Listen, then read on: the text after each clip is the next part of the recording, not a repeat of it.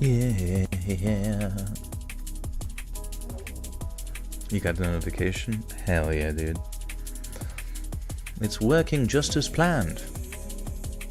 Wow, that's a lot of people flooding in at one time. I guess we gotta stream every day. Who let this guy in here? In my literal house. House Pradeep, he's good. He's perched on my computer chair behind me. He's ready to fight any and all invaders. Rook X, what's up, dude? It's kind of funny, like, you know how like the stream goes like to a VOD afterwards, a video on demand. It basically turns into a YouTube video, but like archived. It's just like so funny, like whenever those go out or whatever, like it seems like YouTube notifies people about them, when it would make more sense if they would notify them of the stream itself, right? But it's really funny like how many times people will like leave like a series of multiple comments acting like they're talking to me live, and then get mad that I'm not like responding to them, or that they're like, you only respond to people that pay money. And it's like, bro, you're literally talking to a wall right now. Like, I don't know what to do for you. Welcome to the Buttersock Cult. You now have access to bonus content, and anybody who has access, be sure to check out the new bonus content we recorded last night that is out now. And Lost in the Mood, thank you for the 29 months. Fancy now, I got a little hat. You did, you earned your fedora. I think I filled out all of the chats or the emojis that you get for becoming members and stuff over a period of time. I got like 10 deliveries left, then I'm done with this shit. Nice, dude. Just absolutely grenade toss those packages onto people's doorsteps. I was just telling my boyfriend right now about how Joel's live should be starting right now. I came to check YouTube, but it's not, yada yada. And then I look back and I see your live. You called it.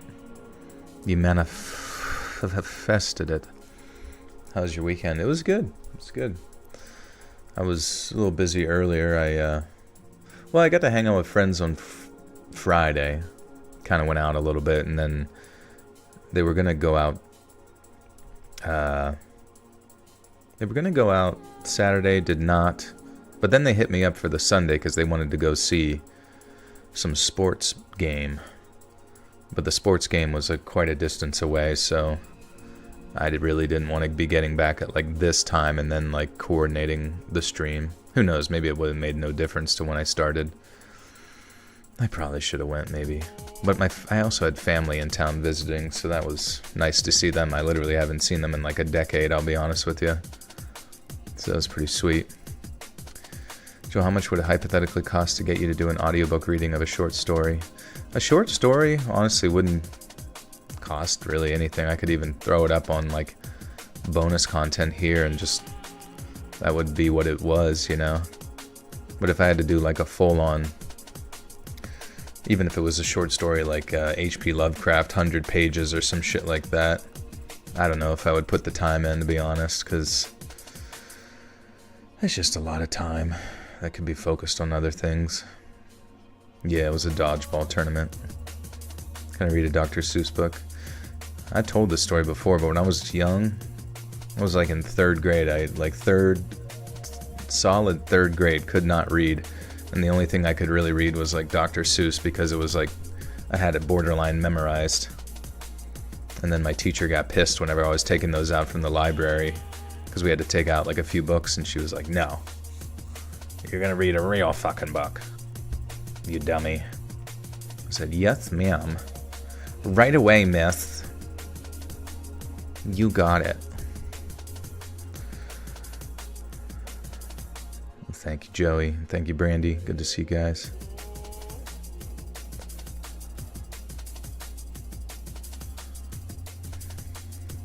Late night study sesh. Listen to LR. Lactating Ringo. What LR stands for. I would write a Joelish short story about a YouTube narrator who needs a story I wrote and like literally, please insert 50 cents. Keep going. Pretty funny. I was checking the email of like stories earlier, and like one of the first ones I got was like, it was like so clearly like somebody sent in an AI style story, and it kind of pissed me off because it was like so blatantly sounded so much like stories we've read here about AI, and I'm like, man, I'm not even gonna like at least try and send in something human. David, thank you for the one. Wait, is it pronounced I've always pronounced it Dr. Seuss, not Dr. Seuss. Dr. Seuss. Ever since I was, you know, a wee lad, it's always been Dr. Seuss. Unless this is like a Mandela effect thing and he's been Dr. Seuss the whole time. He wasn't even a real doctor, I hear. That would be heartbreaking. Booch, booch. Playing Call of Duty, hell yeah. What kind of Call of Duty? Warzone. Oh, the guy from Planet of the Apes. Wait, which one?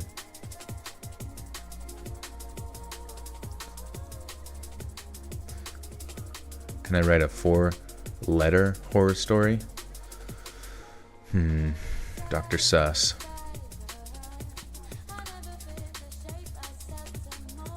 Why does Joel like read my dumbest, stupidest, nonsense comments, like when I'm not necessarily wanting attention, and when I'm like da da da da da da da da, I get no attention? Why is that? I don't know. You'll have to do some self-reflection in the corner until you figure it out. Dr. Zam. Dr. Swiss Cheese. Multiplayer. I don't know, I like more recently I tried a little bit of the more recent Call of Duty, and it literally has not changed in well over a decade. I've complained about this before, but it was so annoying playing like the deathmatch mode or whatever it is we were playing, because it was legitimately impossible to get anything more than like a 1-to-1 kill to death ratio. Like you would, like the period of time it took you to kill someone, it was like mathematical, you know what I mean? Like you hit a certain amount of shots, killed that guy, and it wasn't about like Twitch shooter hitting the next guy. It was more about like how many bullets you have left, and if that is going to be enough based on the amount of time it takes to kill someone with that specific weapon to then bring them down. So then, because you were engaged with someone else, engaging with them immediately puts you at a disadvantage, and therefore you die. So it was just this back and forth, like you get a kill, they get a kill, you get a kill, they get a kill. And I don't know, it was just not fun. Even if I did well, I don't even know if it would be fun.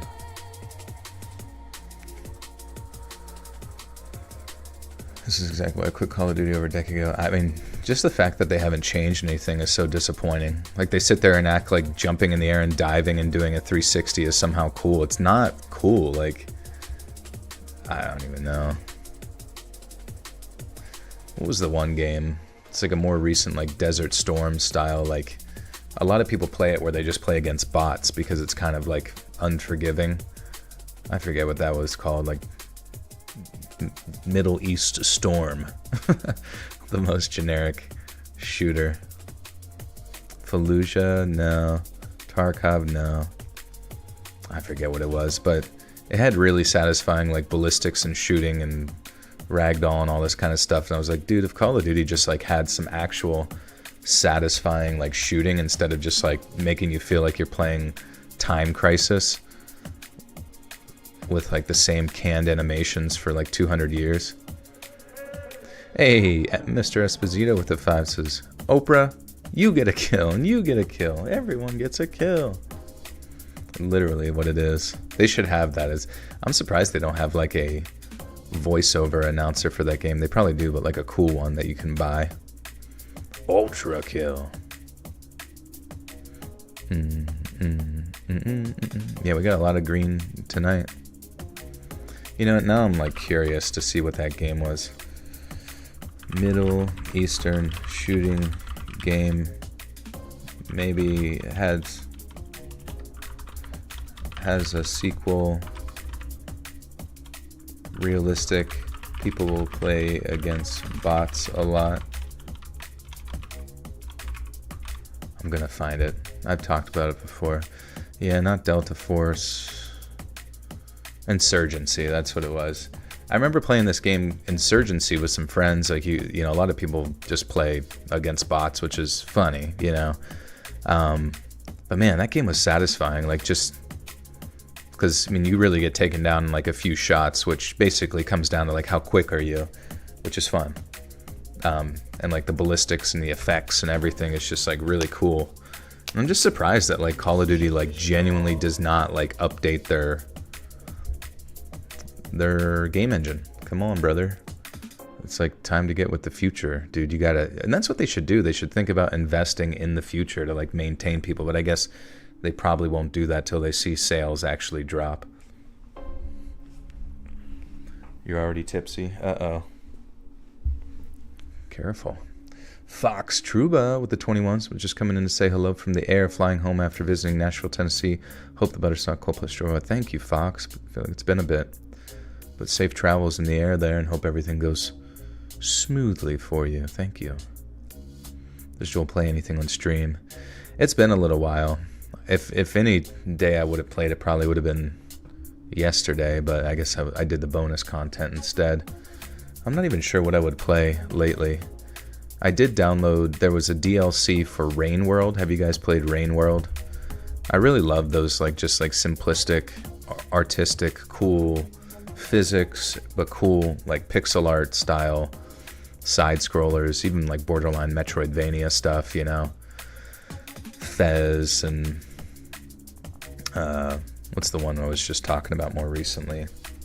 But yeah, Rain World. Yeah, I do. Yeah, for sure. I do need to play Repo. I don't know. Is Repo a game you can play on stream?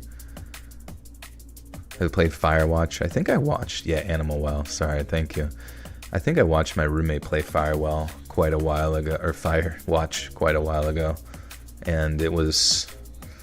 I don't know, what was it? It was mainly just like stories and, oh, you love me, thank you, Sam.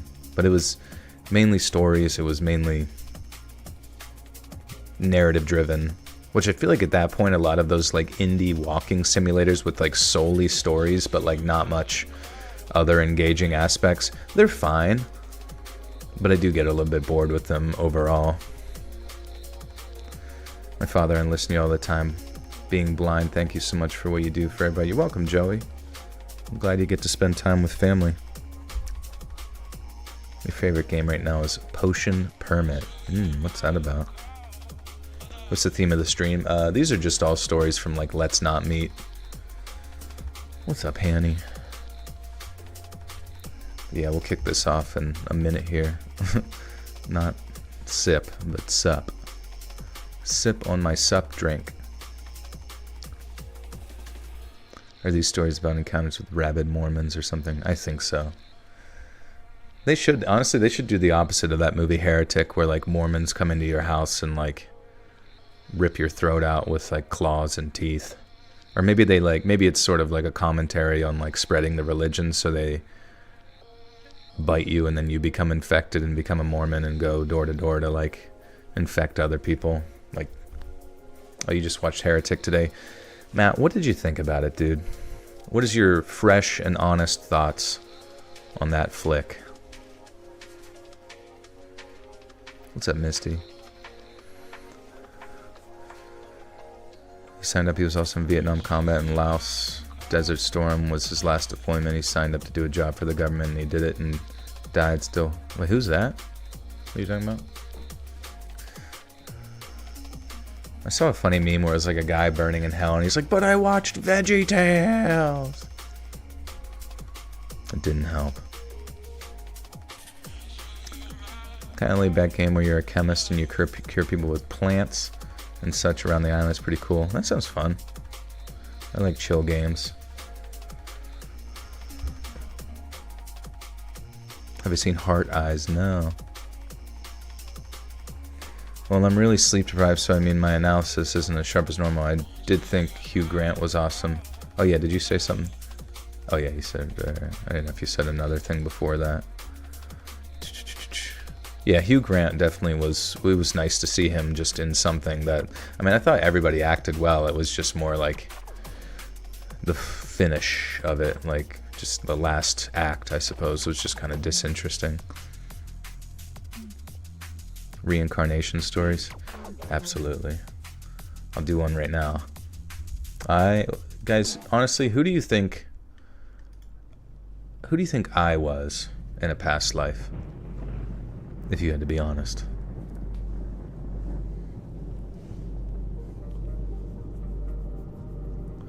Heretic is a better movie. You've seen Martyrs. I don't think I've seen that. Is it just by comparison? I mean, obviously, but I'm just curious why. Luxembourg. Maybe one day. I feel like I've had some stories from Luxembourg. I was Pradeep's father, yeah. I was an incel. True. Still am. And then I'm gonna go to the video VOD and someone's like, "Hey, son, you was an incel."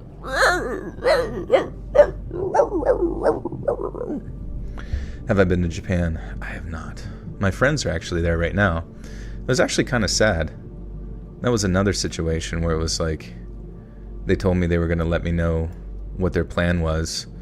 And the guy, my buddy, was like, literally was like, yeah, let me get the itinerary back to you, dude. And I was like, sweet. And I honestly was hopefully maybe going to Japan now. And then they just never said anything. And then are posting, pictures of like, we're in Japan. And it's like, okay.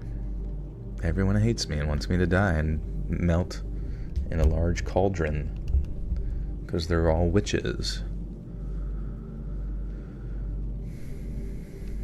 I was the jester for King Henry VIII, that's true. I was always naked. He loved it. Your dogs are barking. Can you guess my age? Sure. Can't you tell by how silly goose I am? What kind of friends are these? I mean, I guess technically they were like sort of friends of friends, but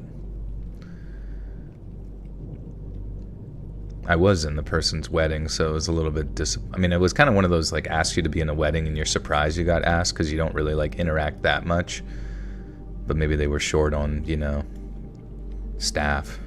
friend staff at that point. I don't know.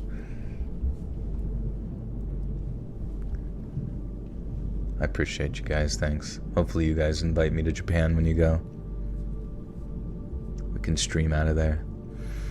Alright though, we got 1, 2, 3, 4, 5, 6, 7, 8, 9, 10 Reddit stories. And if they're a good amount of time, then we can stop after we're all done, or if we need some more, we can grab some more. To attend, redacted.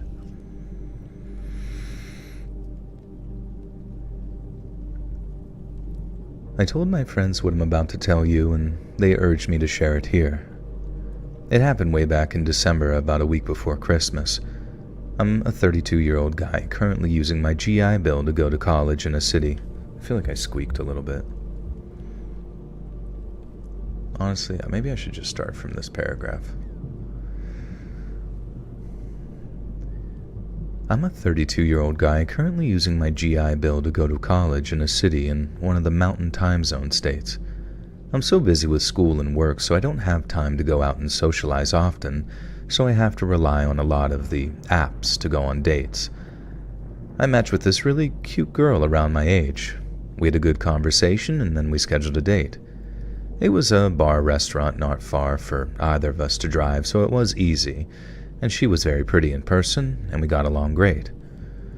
During our conversation, I found out that she worked in a non-cop role at the police station, like a receptionist essentially. And I also learned that she had a roommate, whom she said was out of town for the holidays. She added that she hated being alone because she had a crazy ex-boyfriend who stalked her. I was a little uneasy at that and told her as much, and she said that he's harmless, so I kinda let it go. We had a few more drinks, and were there about another hour, and at her suggestion, she said that we should go back to her place. And I mean, I wasn't going to argue. It was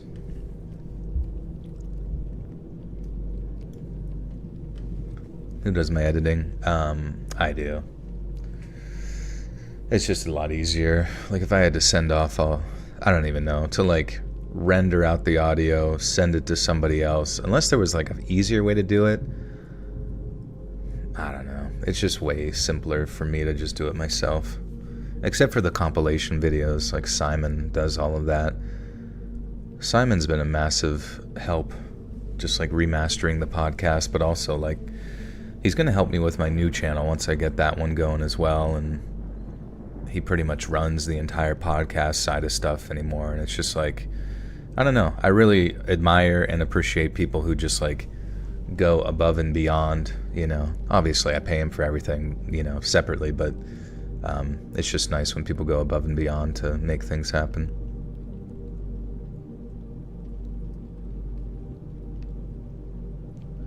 Yeah, I'll just do a whole video of just me burping. What's going to be the name of the new channel? I can't tell you. I don't want anybody to take it. It's going to be really important. You're going to want to get your popcorn ready. The show's about to start.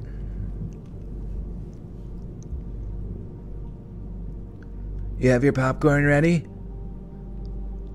Do you have it? Oh, you do have it. Do you want butter? Do you want salt? We have flavored salt. This one's garlic. Makes my breath smell really bad. Melania doesn't like it. She doesn't like it. I remember when we first met, I had garlic breath. We met through some wealthy billionaire. I forget his name. She was human trafficked. But that's neither here nor there. We had a few drinks and were there about another hour, and at her suggestion, she said that we go back to her place. And I mean, I wasn't going to argue. She was hot. She then insisted on driving. I told her I was fine, and she said no, that I had been drinking, and she saw too many DUIs at her job. I got what she was saying, but I only had 2 gin and tonics and was fine, and again, she insisted. And I thought it was weird, but I didn't care. We went to her house, and she walked up and just opened the door. She didn't unlock it. It was already open, which I found very odd because she said that she had a stalker and that her roommate was gone. She started feeding her cat, and as she was doing that, I saw a bowl of cereal on the kitchen counter. I touched it, and it was still cold, like it hadn't been there. She has a stalker boyfriend that she likes to stalk her.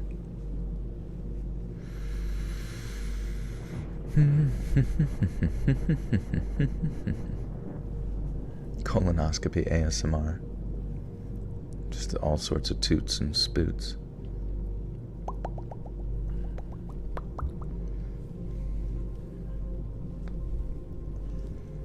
You got your popcorn ready?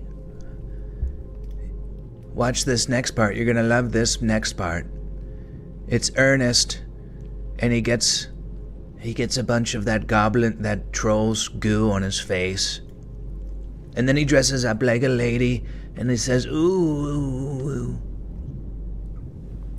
How often do you add to your members-only content and you subscribe to it? Yeah, I try to do it like once a month, but, you know, no promises.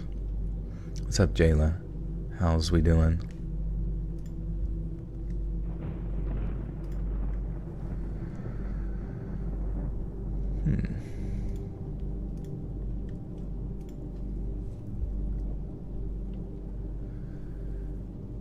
She started feeding her cat, and as she was doing that, I saw a bowl of cereal on the kitchen counter. I touched it, and it was still cold, like it hadn't been there for a while.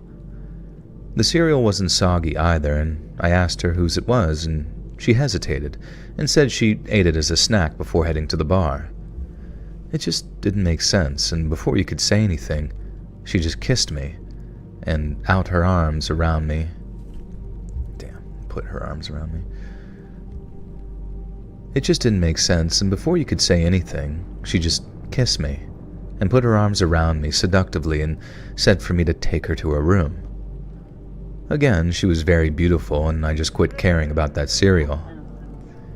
We started fooling around, and I went to close the curtains, and she told me to leave them open. A few minutes later, maybe 5, we were in bed and my back was to the window, and she let out a huge gasp, a scared gasp. Her eyes were at the window, and I turned around and saw someone in a hoodie, and they took off. I heard the steps running on her back deck. I immediately jumped up and ran to make sure that her doors were locked, and of course the front door wasn't. I ran to it and locked it, and right when I did, the door started banging. I went to open it because I was going to mess up the dude, or at least try to, and she told me to just go back to her bed with her. I screamed at her and asked her if she was insane, and she told me that he does this and just goes away. And I asked her, You know this is your ex?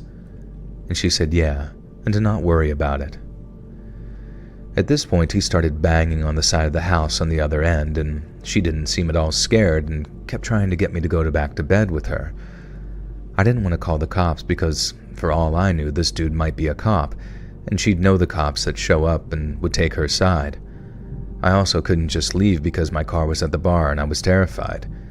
And at this point, I started calling her out for the door not being locked. Your door not locked. Anthony with the 2 says, I wonder how many people got the Ernest reference. Probably not many, honestly. I love making references to shit that no one's seen since 1998. Actually, when did that Ernest movie come out? I'll be honest with you, that Ernest Scared Stupid, definitely way better than Medea Scared Stupid and Medea Scared Stupid 2. It was actually so sad. I was so genuinely sad when I went to see Medea's Boo in theaters. I don't know if you guys have seen it, but it was. I had not seen many of the Medea movies prior to that. I got sort of glimpses of it from time to time. And my God, man, the Medea films, if they're all of that quality, how the fuck did they make like 50 of them? Read any gnome stories on the channel? I think so. I think I read little stories about little rock people that stuffed homeless people into like nooks of trees. That was a great one. It came out in 1991. Holy shit. That's crazy. Friend who got scared from Ernest Scared Stupid. I'll be honest, if you're younger, there were some parts in Ernest Scared Stupid that were pretty creepy, like early on with like the witch lady and that troll. You know, the troll definitely is not friendly looking, but I think I saw it so many times that I eventually kind of liked the troll. Do you watch Bruce Stew? I feel like that's such a good channel. You love it. No, what's that about? I'm becoming obsessed with gnome lore, and there's not much gnome fantasy out there at all. Look at that. Well, Clifford, if you're a writer, that's your opportunity. You can fill in where the market demands it. Ernest was your favorite actor? He was good, man. He played so many different characters. I wonder if he was like, what his history with acting was besides the Ernest movies. Was he on like SNL? Was he on, Broadway? You never know with these guys.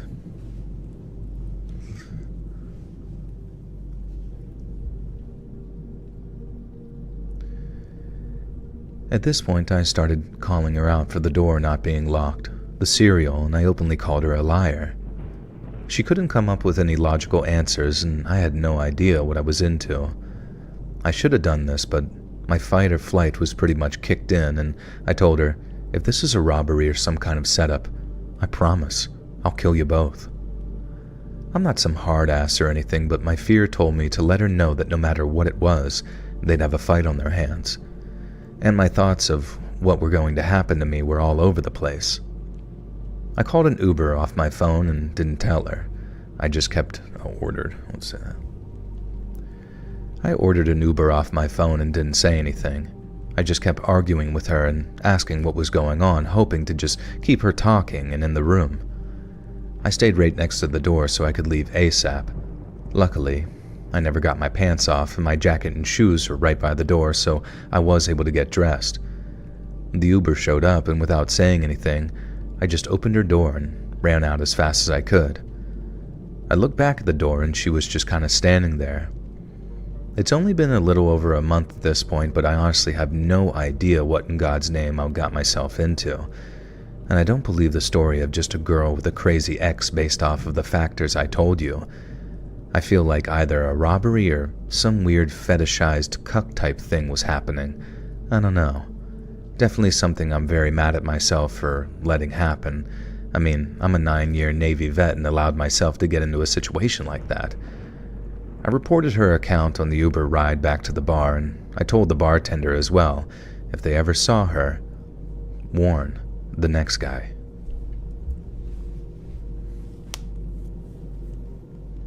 Joel juice. Honestly, that would be kind of fun. Oh, that's a good idea, honestly, if we ever make a tea.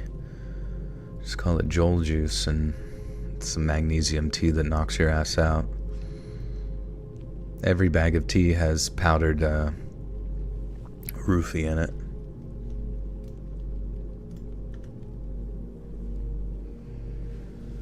Quick, put a baby in me. I don't know where to get a baby. To the hospital. Bruce Stu is this guy that has good sucky animations telling his stories and has millions of views. He's real funny. That's cool. Yeah, those story time channels that are kind of, honestly, that would be a great, I don't know exactly how you would do it, but it would be really fun to like start a story time animation channel with like some of these, you know, stories or whatever. I guess you would have to just narrate it in a different way. You're not tired at all and have work tomorrow? Take your magnesium. You'll be good. Take your Joel juice. Is my name a Lil Wayne reference or no? Yeah, you're the first person to guess that. How did you know that? Tomorrow's my birthday. Can I get a freebie on the Joel juice? Yeah, you get one shot. But also, happy birthday, Christy. That's awesome. What are you going to do?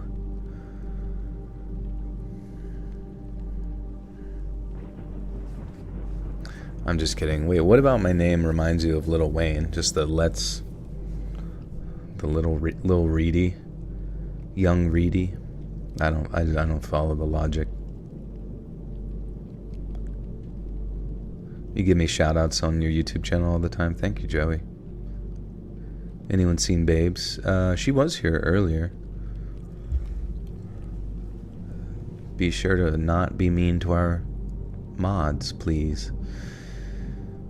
What were you, nurse? Did you ever work in the ED, the erectile dysfunction? I start my first in the department there next week. Nice. Yeah, I mean, I got pulled to the ED from time to time. It definitely was a lot crazier than like my floor, which was like post-surgery stuff. Because mine was a lot more like routine, I guess. But at the same time, I feel like the emergency department is kind of like, it's a little bit like the Wild West at times in the sense that you're all over the place, but I think you learn the most as a nurse by working in the emergency department because, you know, you never know what's going to come in. You get a lot of experience. You figure out how to manage a lot of different stressors all at once, a lot of different tasks, you know, and all that kind of stuff. So I think it's going to be great for you because then you can take that experience and go really anywhere you want with it. You can be a travel nurse. You can join Space Force. Andy Del Villar, welcome to the Buttersock Cult. You now have access to bonus content. Thank you, thank you. After 10.5 months unemployed, my husband starts his new job tomorrow. I can sleep now. Oh, okay, that's good. You're in nursing. I was in the past, yeah. No longer, no longer. Oh, you take your NCLEX in 2 months? Nice, dude. Good luck. Just keep practicing your practice questions and shit over and over and over and over again, and honestly, that was the weird thing for me. It was like I feel like I didn't study hard enough for the first time. I took like a class for it and thought like that would be good, but then realized but then I failed it. And so I took it again and like really studied those questions again or whatever and really locked myself in, but then failed it again. And I was like, holy shit, like this sucks. I don't even know how to like study different. But then I just kept studying the same questions again and then passed the third time. None of it made any sense, like how it happened, but we were good. Yeah, and I wasn't a nurse assistant before. What's my favorite music artist? Secede.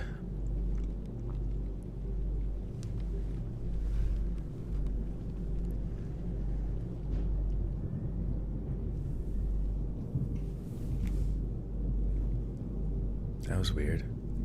What was that? Was that a car? Oh yeah, it was a car. I think that was their dumb engine exploding. It was Elmo. Well, I heard like what I thought was an engine going, and then I think Pradeep ran across the floor upstairs, and I was like, wait, what did he knock something over? Do you know why my mom named me Joel and where it originated? I don't know my own lore. Haley Smith, welcome to the Butters. I'll call you now have access to bonus content.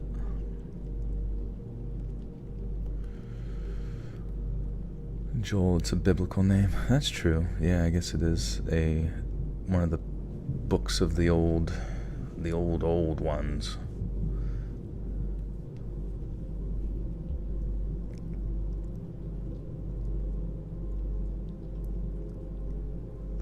The Berkshire Mountains? No, I haven't. Religious delusion.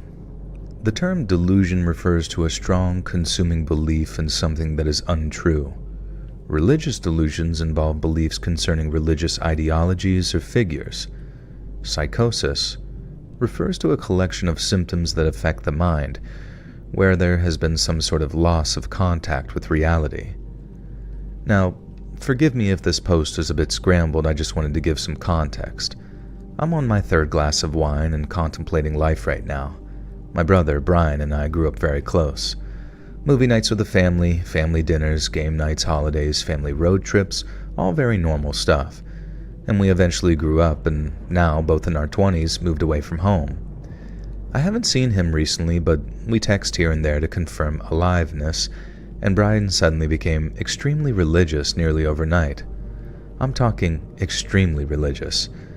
Now, I don't judge anyone, but no one in our family is particularly religious, and he does not have religious friends. He found a church in his new city that he is giving his life to, and he is completely isolated, and his only friend is the priest. He is secretive about what church it is, and he spends all of his time there, I guess. Brian is there late night every day, supposedly helping clean up, but that just doesn't sit right with me.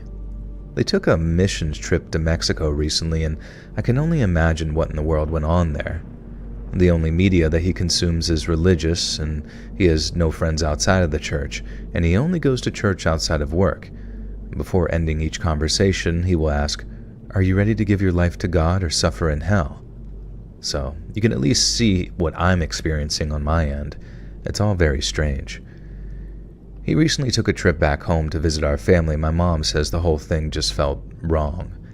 He sat silent much of the time, observing. Otherwise, he looked far removed even while looking right at her. His energy filled the room and made her uncomfortable, and he was no longer the bubbly and affectionate guy that he's always been. He kept his distance and had nothing to say, and when he left, she said that she doesn't expect that he'll actually come back.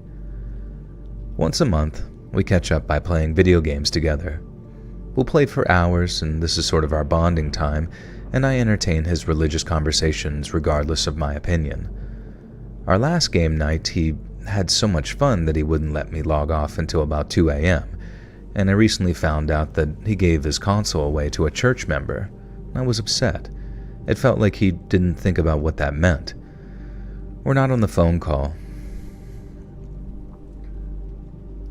I hope something actually happens in the story, because if it's just like I joined a church and I'm kind of nutty about it, that would be...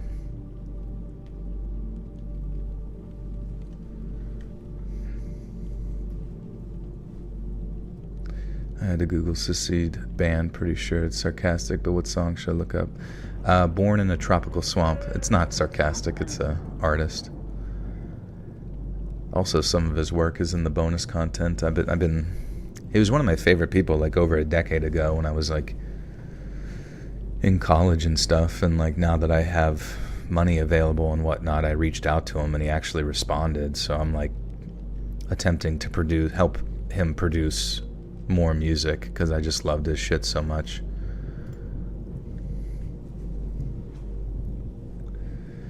Oh my god, you have members only stories, pathetic, greedy sellout. Why is that pathetic? Also, you can listen to them on the live stream VODs if you want. It's not going to be as edited. But also, that's like a pretty common thing for people on YouTube to have is bonus content. And I'll be honest with you, like, it's not like I make like crazy money off of the members, like the memberships or whatever, compared to just like running ads on the YouTube channel. So, I mean, honestly, when I create like members only content for like Patreon and this and stuff, it's not because I'm like some sellout or whatever. It's just like I enjoy the live streams. You guys become members and I can't not give you something, you know what I mean, in return. Like if all you did was become members. I don't know, it's such a mean thing to say. Greedy sellout. Whatever. People get so up in their own emotions about, I mean, I know it's just the internet. People type in capitals all the time and it really means nothing, but I just feel like it's such a silly thing to get like worked up about when literally everybody does like some sort of subscription service in some way, you know. You're almost like obligated to at this point if you're within entertainment. Sam, thank you for the $2.79 Canadian. Appreciate you.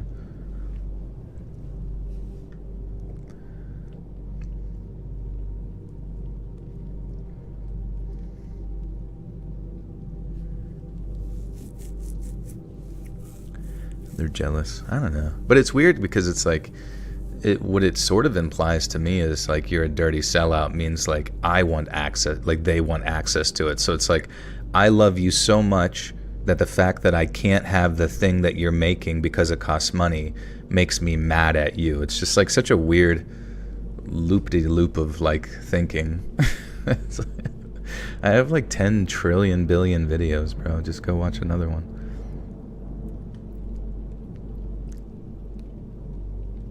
I mean, honestly, I feel like there are some things that I could do that would technically be considered sellout behavior. Like if I were to like really hardcore push, you know, a political candidate or something during a period of time in which there was an election, or if I was, you know what I mean, like really into something that's just like not great. But, yeah, whatever. No big deal. I love you so much, I hate you. Yeah, some people ride that fine line in life.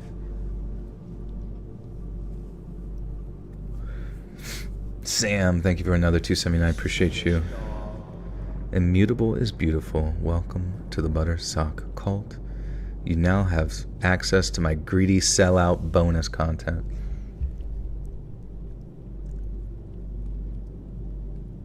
I don't know, and most of the videos that I put in my like bonus content probably, I mean, I don't think they would do like fantastically well as like standalone videos on the channel because it's kind of like outside of the niche sometimes, so, you know, whatever. And that's a good point too. What exactly is a sellout by definition in a society in which like people purchase things and exchange goods? Like it's just,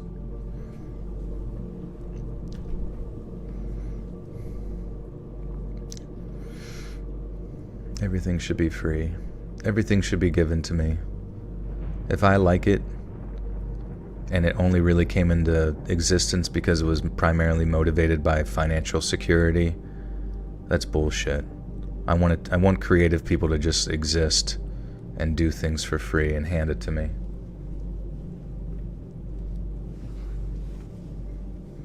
Do more pizza delivery stories. Those are good. I definitely have seen more of those, and it would be very interesting, I think, to jump back into them. You know what? Here what we're going to do. To demonstrate my lack of selloutness. Oh my god, Babes did it already. Well, we're going to do a similar thing. 20 of you lucky contestants are going to get a membership tonight. And hopefully it lands on Mr. Angry. But Babes, thank you so much for the 5 gifters. Love you, appreciate you. Welcome Deborah, Tim, ya boy Ethan, And Brienne Brie. And did it only list... Might have only listed 4 for that, but that's okay. Welcome. Arrow Odd, Dark Star, Tanorama, Ali A. White, Smash Miss, Linda Jones, Glug, Maddie Pondu Cruz, Claire Connor. Well, Claire's already in there. Thank you, Claire. Maxine,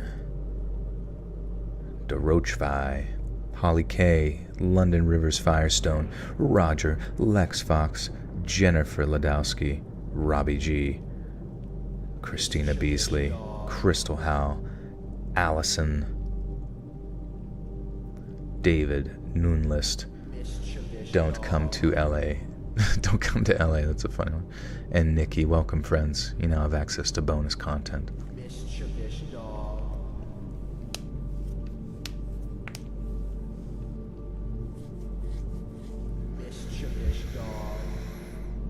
Our greedy king, thank you. I come up, I show up, I throw bread out onto the street. All of my beautiful subjects get a slice.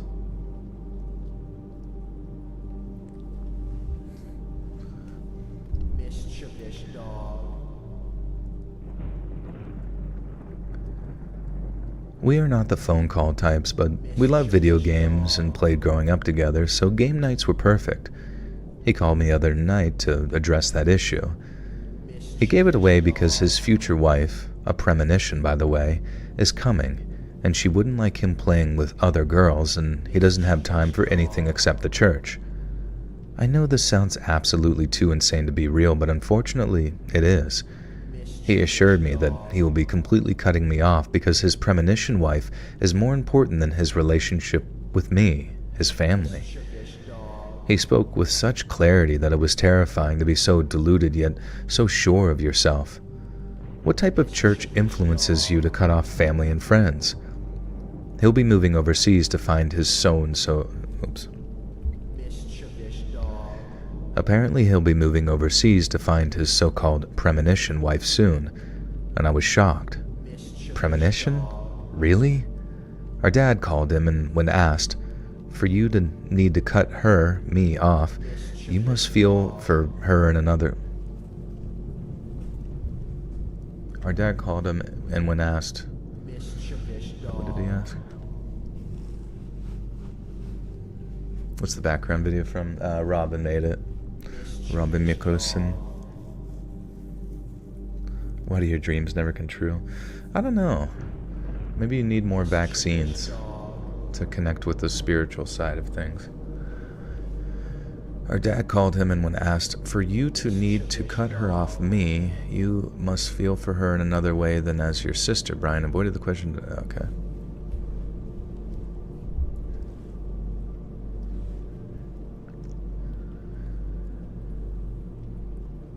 Our dad called him, and when he asked, for you to need to cut your sister off, you must feel for her in another way than as your sister.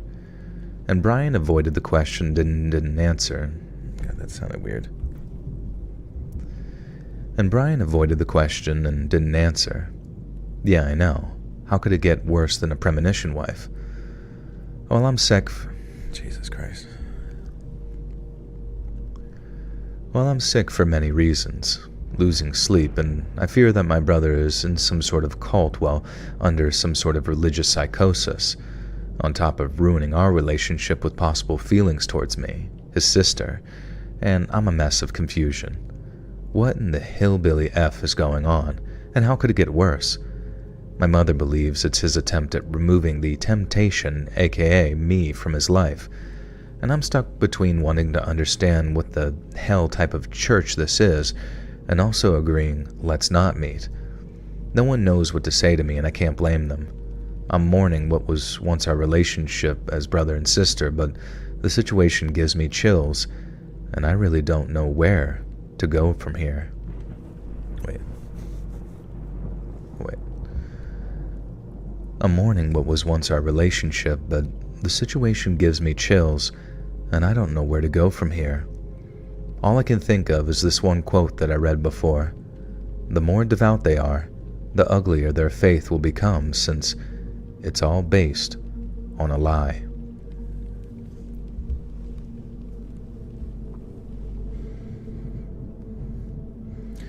Boop doo doo doo doo doo doo doo. That is interesting. Kind of unfortunate those are like the two top stories, even though they are scary. I feel like they're not shit your pants, something happens scary, you know what I mean? Yeah. Sounds like the brother's just like leaving their family and sort of extraditing himself or whatever. Would you ever do a meet and greet? Probably not, honestly. I don't know. I think keeping everyone at like arm's distance sounds fine to me, you know what I mean? Really don't need to like complicate things by shaking anyone's hand or them stabbing me in the neck or whatever. Hey, nice to meet you. Hey, no, pocket knife. This guy with the two says, hey, cool cat, it's raining like crazy here. That's funny, yeah, the background music sounds like rain.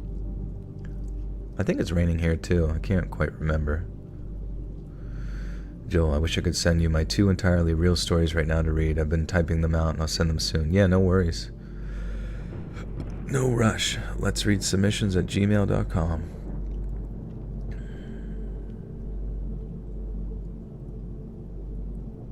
I donkey kick you in the knee.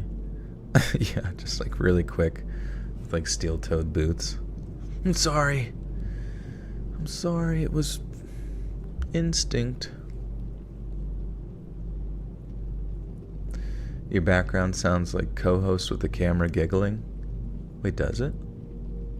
It's supposed to be like a creepy storm. Should I turn it up? Do you think I should turn it up?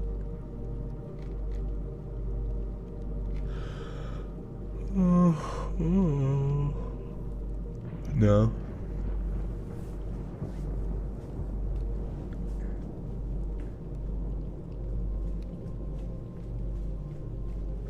And try to deadlift together, yeah. I always see those ones where like people are like deadlifting together, like a really heavy weight. And I'll be honest, like that looks rough. Because like what if one of them like slips and then I guess you would instinctually think to drop the bar as well. But I was just thinking if like someone slipped and then all of a sudden the weight did fall on your side and you just like pulled your back out or some shit. Is tomorrow Reddit or creepypasta? It's tomorrow is a Reddit stories. But the new what is the video description say on the channel? I thought I updated it. I updated it. Scary Reddit stories. Okay, yeah, cool. Cool. Welcome, Dahlia. Good to see you. You went up to 320 this week. That's awesome. Yeah, just be sure to always, incrementally make your progressions, because I don't know what it is about deadlift. As soon as you get to that sort of giving it all she got captain type vibe, it's like that's where the injuries sometimes occur. With Richcraft, you'll notice that people mimic words or they mute them or none of them on the end. Nice ratings this week. What are you talking about?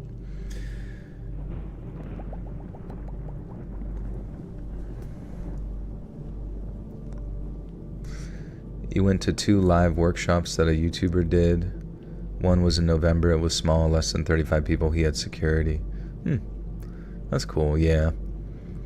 I guess my whole shtick is just sort of privacy anyways, so it's really, I don't really know what I could necessarily offer to a live audience. And I guess I could read stories, but I don't know about all that. I could be like the Wizard of Oz and just like exist backstage,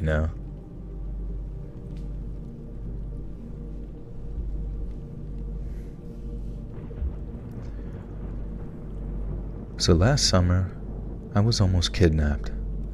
I usually walk around my neighborhood, sometimes biking, but mostly on foot, and as I was walking, listening to music, a car pulled up beside me. Since I was near someone's house, I didn't think much of it and assumed it was their house that they were pulling up to. but I was wrong. And just to give you an idea of the difference in the size between me and this guy, I stand at 5 feet 115 pounds, while he looked to be around 6 foot 3 inches tall, 180 pounds. As he came out of his car, he started a conversation with me, saying something like, "Hey, where you headed?" And I responded with a very short and curt, "Just walking around." He then said, "It's pretty late. You want me to give you a ride home?" I declined, saying, "No thanks, I don't live in this area." And after I made this statement, he looked at me and asked why I was walking alone. I simply ignored him and quickened my pace, causing him to speed up as well. Eventually, I came across a house with its garage open, and without thinking, I ran in, seeing an older man sitting in there. I told him that someone was following me and to please help me, and he got up and started yelling at the man following me, telling him to F off and saying that he had a gun. That guy retreated back to his car and just sped off. I thanked the garage man, and he told me to stay safe. That night, I ran as fast as I could back to my house, so the man who apparently wanted to give me a ride home, and that night, I ran as fast as I could back to my home.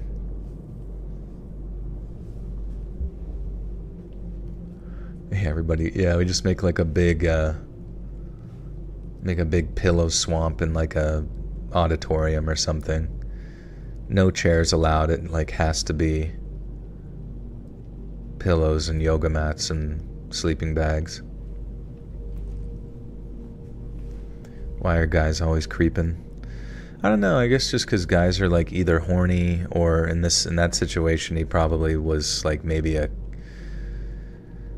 going to like sell her into trafficking or something. We don't really have much context to like her area, so it might have been a kidnap, like an actual like sell you kidnapper type thing, or he literally just wanted to like kidnap her and hurt her, or maybe all three, the full combo.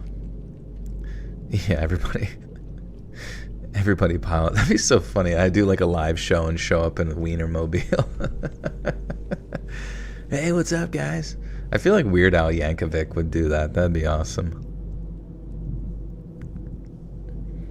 How long have I been doing this for? I don't even know, dude. A long time.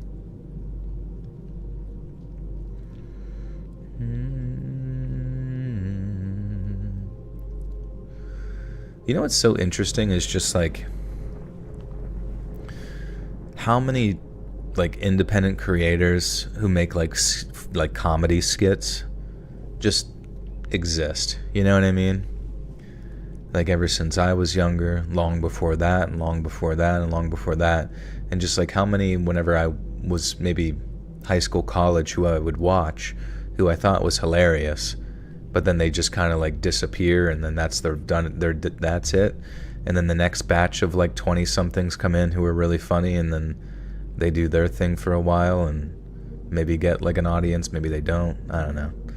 It's just fascinating.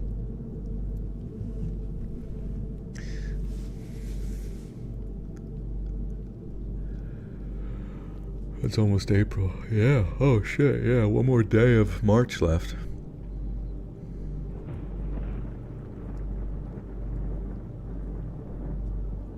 Should you have a lady friend over or flake and eat pizza? Oh, it's up to you, man. If you like her, I mean, probably a good way to spend some time, but if you're not really planning anything long term, then pizza sounds pretty cool right now.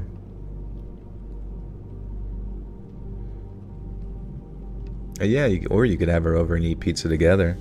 That's how you know you really like her.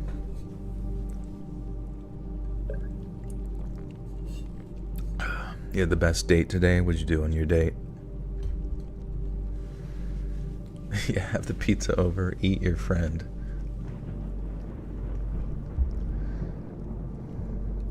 Listen to the streams with us. That'd be great. You know what? I might just go over to my own subreddit real quick and just sort by the top of this year. Boyfriend murdered. Did we already read this one? boyfriend murdered.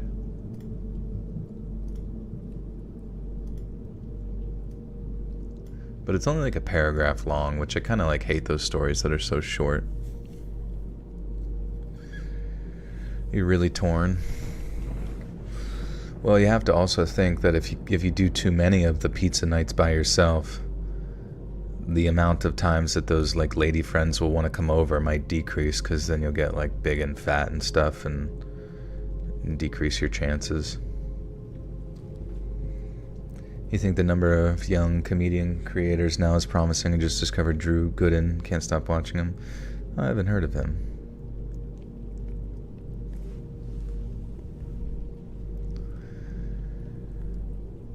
My boyfriend of 3 years was murdered by someone we knew.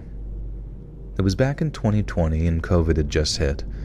We were wanting to move from the town we lived in to Northern California to work on a pot farm, but ended up getting stuck in blank town because no buses. Oh, wait a second. I think I read this one before. Yeah, I'm dumb. God damn it. It was like really quick and... I don't know. I read this one before, right? It was just like really all over the... I don't even fucking know.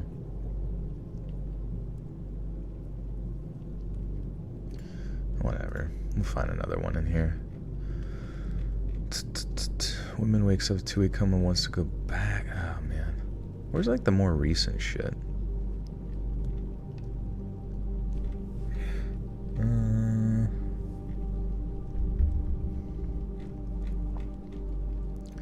Never locking up night shift again.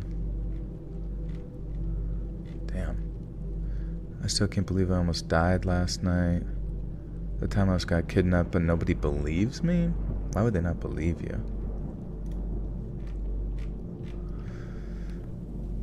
Alright, we'll try this one.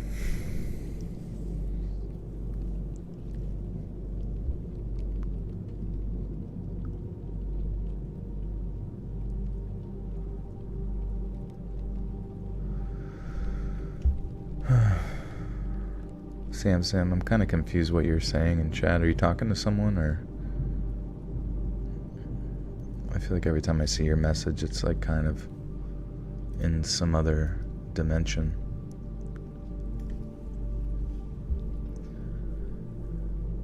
I'm driving home from work last night and was cut off by someone driving like a complete jerk. I live in the United States, where driving on the right-hand side is the custom and the left-hand lane on a multiple-lane road is used for faster traffic. I was in the left-hand lane of a 2-lane road when a sedan makes a right-hand turn at an intersection. Bullshit. Oh, fuck. One second.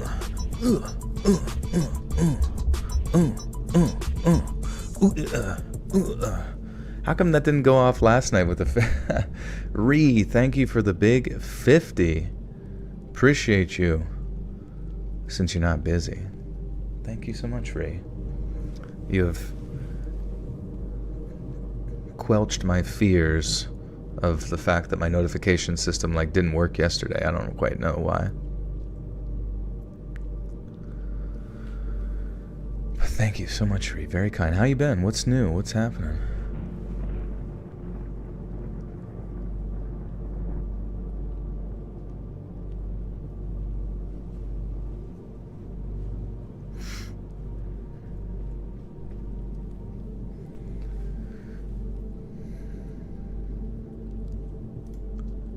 Anyways, how old's Pradeep? He's at my feet right now. That's kind of funny.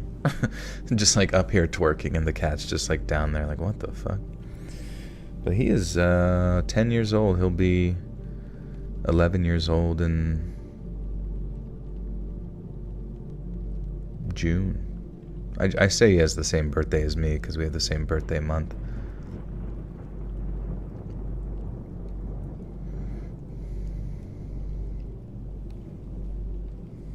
Doesn't have to go over a certain amount for it to go out. Yeah, it's usually $30. So yesterday when the one guy right out the gate donated the 50, very thankful for that. But for some reason it didn't go off, and I was like, ah, shit, what the hell? Can't even shake my ass. What breed is Pradeep? He's just black, whatever that breed is. I don't even know if cats have breeds, do they? They're just kind of like born and they exist.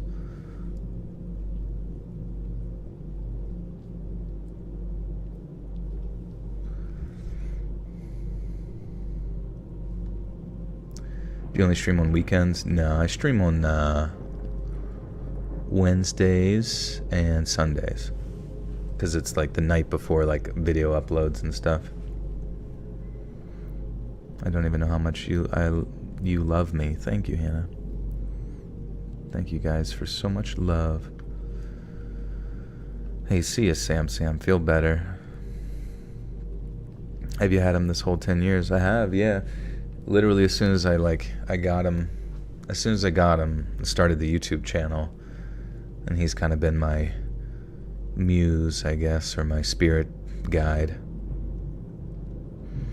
Does anyone in your family know your voice? Anyone in your family voice sound like yours? I don't think so. I just never really seen them try, you know what I mean? I'm sure they would be talented.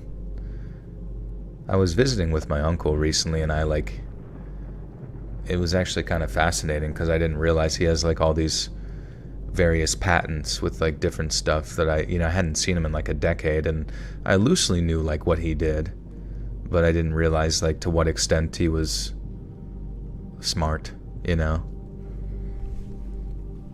And it's pretty cool to hear about. It's just like kind of strange. I don't really get to see him too much. Yeah, he patented the rose toy. He made the daffodil toy to compete. It's for men only. You like a ragdoll cat? What's that? Sometimes Pradeep will go ragdoll. Let me carry him around. Taylor Swift supports eugenics and cats. I knew it, bro. I knew it.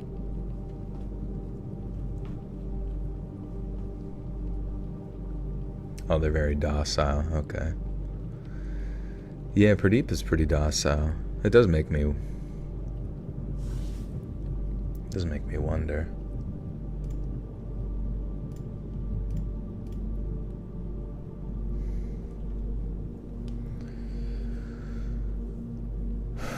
Trying to get your body count up? Yeah, dude, don't do that. The more your body count goes up, the more your soul is spread. Kind of like when Harry Potter's soul, or Voldemort, or whatever, his butt cheeks are spread in the Horcrux, or whatever it's called.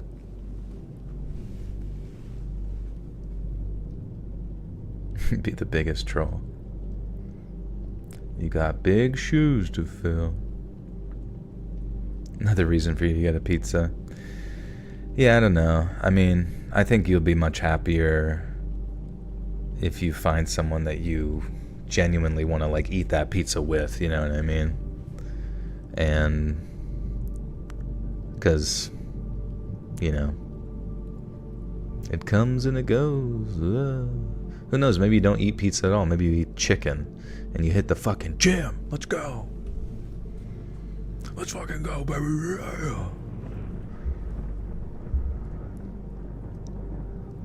You never want to share pizza. Dude, I was just thinking how good, and they probably already made this, but just imagine like a mozzarella stick and put that in a fucking like stuffed crust pizza instead of like, because sometimes don't they put like cheese sticks in there? But, you know, put like full on.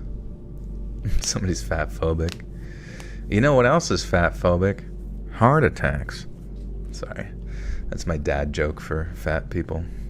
But I also, I'm part of the LGBT fat community, so I can kind of say whatever I want. And right now, I want to talk about putting deep fried mozzarella sticks inside of a pizza to make stuffed fucking crust, bro. Wait, sausage stuffed crust? Holy shit.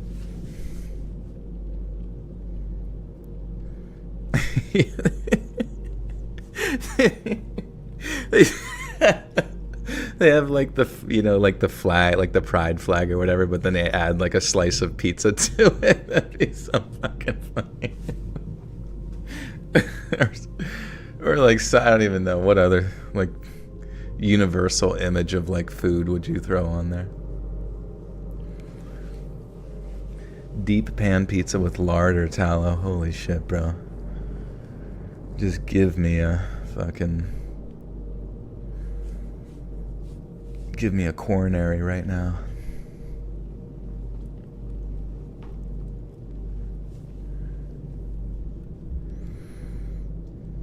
Turkey. I was in the left-hand lane of the two-lane road when a sedan makes a right-hand turn at an intersection, but instead of turning into the right lane that is otherwise unoccupied, this person pulls out in front of me. I try to avoid them and maintain my speed by moving into the right lane to pass, but they again cut me off. At this point, I'm quite annoyed and flash my high beams briefly at them. I move back over into the left-hand lane and pass them. No sooner do I do this, but this person is now tailgating me.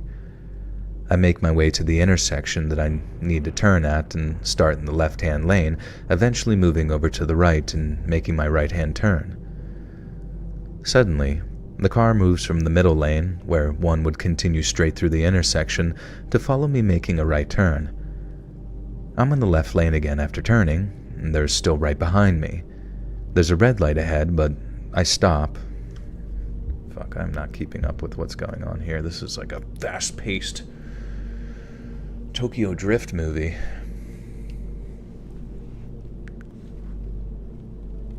Durian pizza. Isn't that the one that tastes like poop?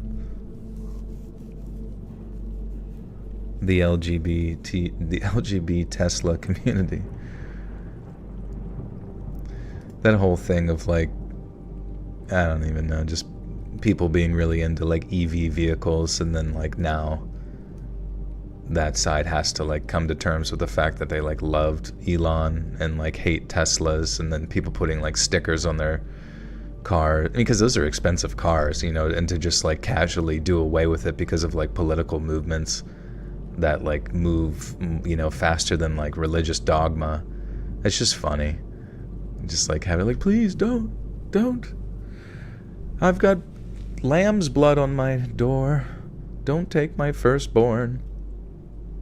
How do I know what poop tastes like? Because I eat it out of my cat's litter box. How else do you think I'm supposed to clean it? Oh yeah, the durian pizza story, that was good. Indoctrination of the mind. I don't even care anymore, honestly. Like, the whole political shit, it's just funny. It's just entertainment at this point. I'm like, everybody's a dingbat, and like, if you're still like just absolutely enraptured by it, cool, whatever. I just genuinely don't know how people have like the energy to just be like, okay, I'm mad about this, and then I'm mad about that, and I'm mad, the moon,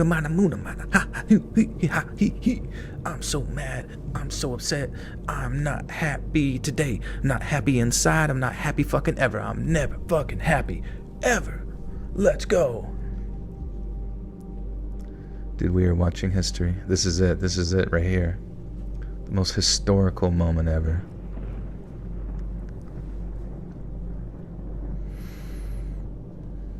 My husband is at basic training. I watch your lives, your rants, because it reminds me of him. Oh, that's cool. Hope he's doing good. Staying safe. Like Fred Durst. Yeah, that was a Fred Durst absolute rip-up. Come on! Take him to the Matthews Bridge. Can you feel it? Can you feel it?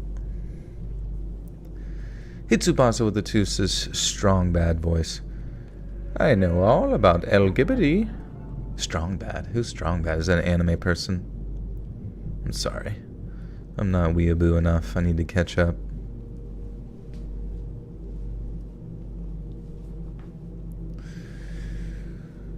It's about basic human rights. It's about being mad. No, I know what you mean, but like, that's the thing too. It's like, speaking in generalities or whatever, you gotta get into the specifics, and, you know, I'd be happy to talk about the specifics if there's something that you wanted to talk about. But at the same time, like, is us sitting here having a conversation about stuff. I feel like having more of a philosophical conversation about, because I've come to terms with the fact that, like, no matter how many times I sit and talk about some sort of political issue, it pretty consistently never changes the outcome, you know? They still inflate the dollar. They still send us to war. They still, you know, fuck us over in the ass with taxes. And so I think it maybe almost might be better to kind of like come to a more stoic approach of like, how do I maintain my relationships with people around me, and how do I feel more comfortable about my current circumstances, but also thankful for what I have, but also motivated internally to like make my life individually as good as it can possibly be and become as good a person as I can possibly be. I don't know. I'm impersonating you, I'm sorry.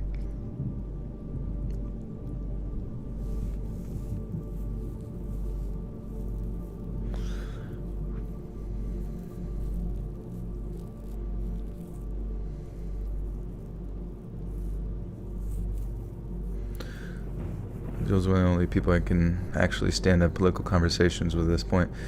Well, you know, because I realize that like we can sit there and chase our little doggy tails all day, like, you know, our furry butt plug tails all day, right? I have a snail tail, so it's different. But, you know, it's, where are we gonna get with it? You know, I never end up any further. Anytime I go down any particular rabbit hole, I just realized more and more that it's not necessarily like a black pill hopeless type situation. It's just like, if there's ever a moment in time where you perceive someone else in your own, like one of your own fellow citizens as like some type of like enemy, you know, to me, I feel like there's some sort of nefarious power outside of yourself that's may have won, you know. It may have, that was the goal all along, to like make you despise your husband or, you know, brother or cousin or uncle or friend or coworker. You know, it's just that division shit. I'm sick of the division. Yes, but you are going to roll over and spread those cheeks. Being a good person means standing up for what you believe in. At least in California, it's a requirement here. Requirement for what? Once again, I'm not really sure what you're talking about. Not to be rude or anything. If there's something specific you want to talk about, what is it that you want to stand up for, that you really care about? And if you do, cool, man, I believe in you. I think you should exercise your constitutional right to speak and say and stand for whatever the fuck you believe, as long as you don't hurt me, you know, or anybody else or yourself. What happens if the journey is being able to come back to self? Maybe that's it. Maybe it's like you get so caught up in the same way in that previous story of the one guy joining the religion and kind of giving up everything before and ostracizing people and kind of like saying, you know, various religious dogmatic mantras and things like that to get the other people to join your group, your, you know, cult. Maybe eventually it's like we're just supposed to look inward and just focus on the individual self as best we can. Or sodomy. Sodomy's fine. That's cool. Can we please just release Luigi until his trial, please? I don't know. I'm not in charge of that, honestly. And I saw some like comedian. They're like, you know, I kind of relate more with the CEO. Like, just like a fat guy, just doing his job. Graduated from Ohio. Wasn't really thinking much about it. And somebody, you know, you look at Luigi, he's like hot, you know, he's hot and he's ripped and just coming up and shooting people. He's like, I don't have that, you know. I relate more with that guy who's just chilling at home.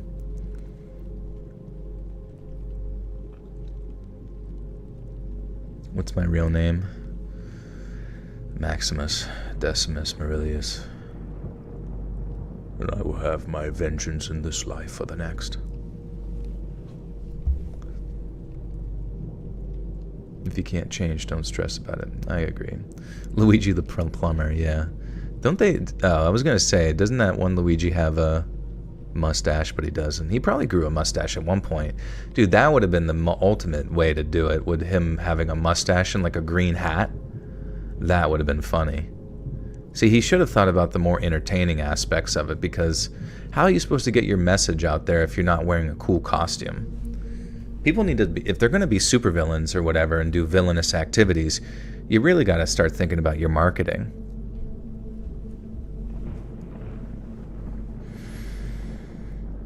Care about all the environmental laws that are being overturned. I believe in women's rights, believe in checks and balances in government. I believe pineapple belongs in pizza. Well, there you go. You stand for those. You get out there. You get involved. You hear me? If you're not involved by next stream, making change, then I'll be disappointed. Luigi Mario? There's a red light ahead and I stop, but not before moving to the right lane at the last minute to try and lose the person who I realize is now following me. There's a bank and a bar on my right, and I suddenly change course to go through the parking lot instead of back to my apartment about a block down the street. I'm weaving through the empty parking lot and this person is still right behind me, at which point I realize, ah crap, I'm gonna have to lose this guy before I go home. I reach for my knife in my pocket just in case as well, but I don't have it. I realize that it's in another pocket of some clothes in my laundry basket. This guy is right on my tail, and I try to maneuver through the parking lot as quick as I can to lose them. I'm about to turn left to head back toward my apartment or through downtown to lose this guy when I hear... Sorry. I just threw up. This story is so intense.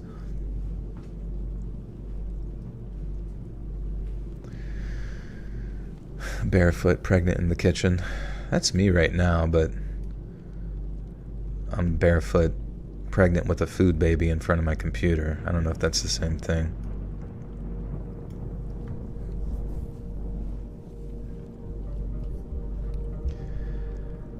I'm about to turn left to head back toward my apartment or through downtown to lose this guy when I hear a loud pop and think they've just thrown something at my car. No sooner do I realize this when I see a large, nearly perfect circular hole in the front windshield of my car. This person is behind me, and immediately I pick up my phone, hold the button for the automated assistant, and yell, "Call 911." The person behind me has put a bullet hole through my car. I speed past my apartment while on the phone with the dispatcher and into the parking lot of another bank where there are plenty of security cameras. I realize there's a hole in the passenger seat as well, and within minutes, 2 police cars arrive and I get out of the car with my hands up to show them I'm unarmed. When I'm able to look at my car again, I see a bullet hole in the trunk that goes through the back seat, grazes the top left shoulder of the passenger seat in the front, and comes out my windshield. There's broken glass fragments everywhere on the dashboard. 6 inches to the left and the bullet would have gone through my shoulder. 6 more, and any higher, and I wouldn't be typing the story out. I'll keep you guys updated if there are any developments, but the police say that they should be able to use the bank security footage to catch this monster. Update. The day after this event, a Thursday, I received a call from an investigator who was assigned to my case. He told me, "I want to try to recover the bullet," and I think I probably laughed out loud hearing this. "I'm not sure how you want to do that. It went clear through the trunk and out the windshield." And after hearing this, he asked me to come in the following day for forensic ballistics anyways. I worked nights and came in the following evening, Friday at 5 p.m., waited an hour after the receptionist told me he wasn't in, and then left. When I arrived at work for my shift and sat down at my desk, I got a call from the investigator apologizing for not being at the police station. I don't know if you heard the news, but there was another shooting last night at 8 p.m. I was also working that case, and this actually has everything to do with you. He explained to me that there had been a drug deal that went wrong the night before at a nearby gas station, and the one person involved was in the hospital. The same vehicle that officers had identified in my case had been requisitioned as evidence in the second shooting only 22 hours later. I changed my license plate as soon as the tax commissioner's office opened Monday morning. I don't want any of this to come back to me in any way, so I'll keep most of the details out, but here's what I do know. I won't be able to have a case since the bullet wouldn't... Oh wait, so they do have the guy?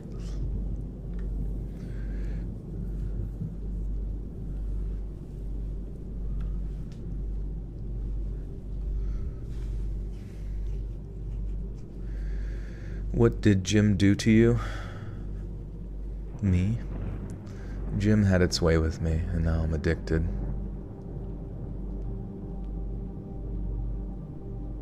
Hey Brian, what's up, dude? Pop it one time.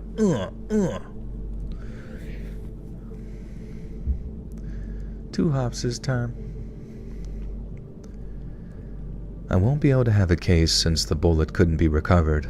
More on that shortly. The people involved that shot my car and the other individual who ended up shooting them in the drug deal would all be facing significant felony charges, likely life in prison, with or without the charges my case would have added. I don't know yet if the shooter in the hospital will survive, but it will determine a lot about the nature of the charges. I won't say anything else about that for a number of reasons, but let's just say that there have been a lot of bizarre coincidences that followed. The bullet was a relatively large, high-velocity rifle round, so the bullet trajectory showed no deviation in the path of the travel through the entire vehicle. There was a perfectly straight line in the ballistic rods from the trunk, through the seats, all the way to the exit point in the windshield. If the bullet had hit me, well, I'd rather not think about that. Even if it only hit my shoulder in the spot where it passed through the passenger seat, it would have meant massive trauma. I definitely consider myself very lucky to have walked away from that uninjured. I should read that again. Read the whole thing again, just kidding. I definitely consider myself very lucky to have walked away from that uninjured. That sounded almost like too whispery. I definitely consider myself very lucky to have walked away from that uninjured.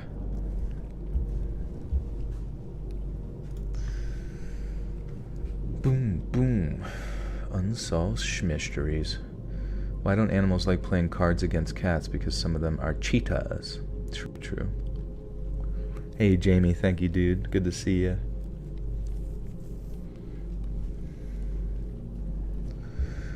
Double up. A drooly cat? What's a drooly cat? Did it actually drool? I feel like I may have seen Pradeep drooling at one point. Maybe not. It's been so long.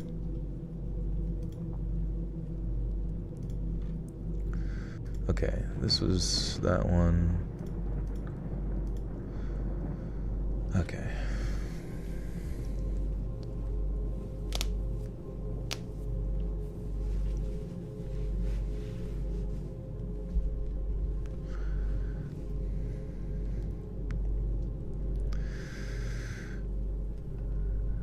Throughout the story, I would like for all of you to keep in mind that I was 20 years old and very naive.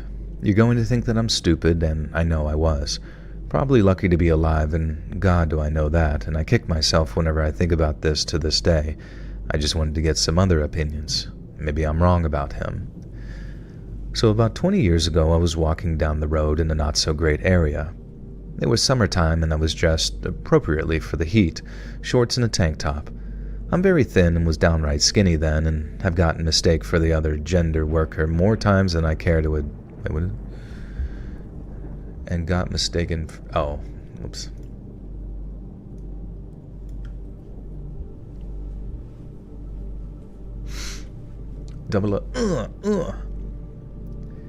I'm very thin and was downright skinny, and I've gotten mistaken for a lady of the night more times than I care to admit. And this may or may not be important to the story. So anyways, I was walking to pick up my son from daycare, and as I'm going about my way, a truck full of men started to catcall and follow me.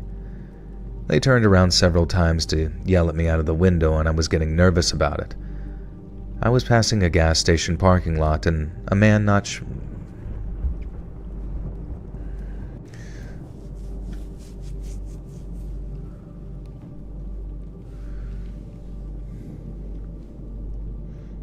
Was Pennsylvania dumped snow this past week? No, I don't thought I saw. It's been very, like, it's actually been pretty warm, but, like, just rainy and overcasty. Which, oh, shit, sorry. Knocked over a cup. Which is, finally feels like spring.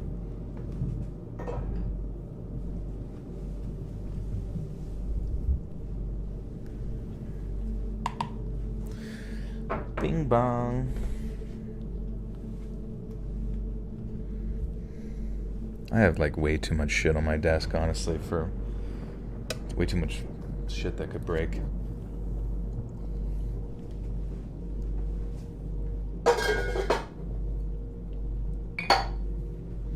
I need a maid! Quick!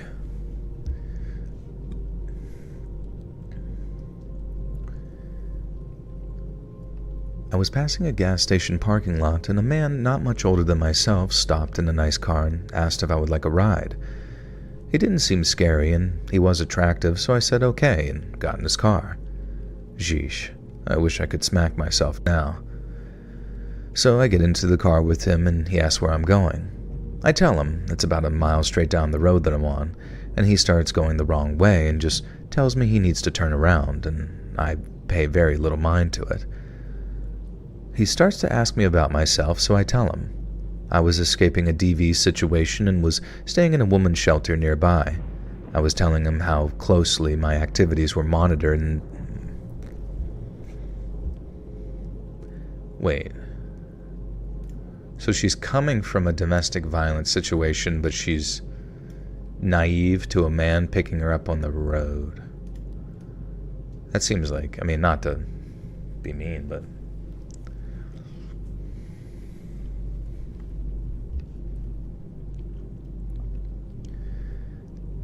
I was telling him how closely my activities were monitored and that I was due to pick up my son any minute. I think this may actually be what saved me. And at some point I noticed that he takes another wrong turn, but I don't know the area at all, so when I point it out, he says that he's taking a shortcut or something, and I just go back to talking like an idiot. Then I get a whiff of something. I know now that the smell was death, decompositional death. And I know this for sure now. I didn't then, though. I turn around and look in the back seat, looking for spoiled food or something like that, and the car is absolutely spotless. I bring up the smell and he brushes it off and changes the subject, but for some reason the smell just started getting stronger. My stupid stuff brings it up. Stupid stuff. Could it be roadkill if it's getting stronger? Like, you know, like you're coming up on like a dead animal on the road or some shit?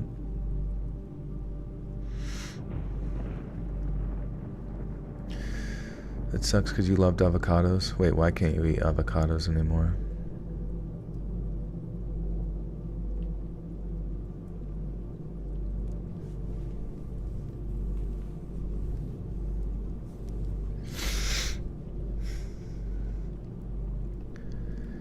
My stupid self brings it up again. What is that smell? And he says he doesn't know. Probably something he forgot to take out and has gone bad. When I tell you guys that there was not a crumb in that vehicle, I'm baffled. But eventually he drops me off, safe to my destination, and he doesn't tell me his name, ask for my number, or give me his, and I don't think much of it until much later when I smell that smell again. But this time I know what it is, and it triggers the memory of that guy in the car. And this was probably 2005 in Covington, Kentucky, and I'm very sure that him being aware that not only would I be missed, I would be missed quickly, and my movements would be tracked very specifically. I cannot follow this sentence at all. Would be tracked very specifically was the... okay. Specifically.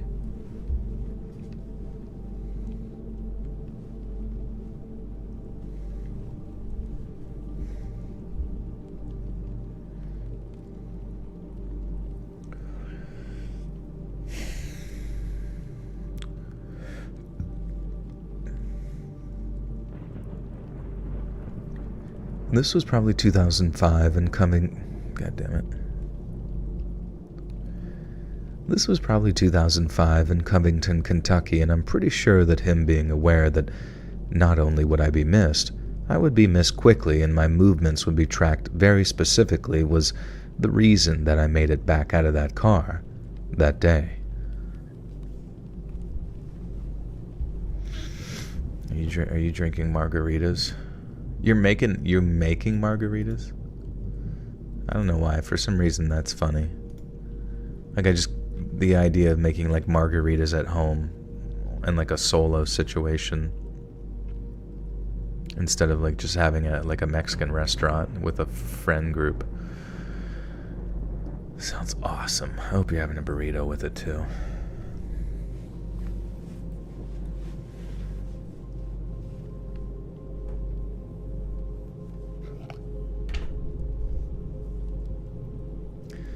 I'm funny. Thanks, Grant. Funny looking, right? Funny smelling. He smells of rot. Tumika, what's up, dude? You've typed my name. What beckon thee? Hi, what's up, dude? It's Stewie Griffin. Stewie Griffin here. Did you ever want to give up when you first started? I did, yeah, many times. I was literally at like 25,000 subscribers at one point, and I was like ready to give up. I know that sounds stupid, but I just felt like it wasn't doing the viewership that I wanted it to do, and that it wasn't, I don't know. It just didn't feel like it had like the appropriate success that I was hoping for or whatever. So yeah, I am glad I didn't give up. And honestly, I would say that to everybody. Like, if you feel like there's something that you can do, that you genuinely believe that you're like capable of doing, or that you have interest in doing, because obviously it's easier to do something that's that you're interested in over and over again. Do it for you. No, I don't think if there's any work in my life, I'm not really doing it for me per se, outside of just like working out. But I'm glad that I stuck with it. How long did it take you to get to 25,000? I don't know. I wonder if you can actually see that on Social Blade. There's like a website you can kind of see some statistics. Does anyone know a better website than Social Blade? Yeah, well, I eventually started doing like the Mr. Nightmare True Scary Stories, and that's when like things started to kind of take off, to be honest with you. That's when I like started to like get actual viewership. So thank you, Mr. Nightmare, for inventing the genre, essentially, even though it's literally just people's stories. Randomness, thank you, and welcome to the Buttersock Cult. Thank you, my friend. Good to see you. You now have access to bonus content. Let's read. It's so stupid. Like, Social Blade updated itself, but now you can't like look at like most data. You can't look at a month of data anymore. You can only look at half a month, which is so cringe. Oh my god, I can't even look at like, you used to be able to look at like lifetime. Or you know what? Maybe I can just look at my own my own analytics on YouTube. Oh dude, I wonder if it actually has that. That would be fascinating. Guys, we're gonna look at some analytics. Who's excited? Everyone loves data. Analytics. So if I go to subscribers and I sort by lifetime,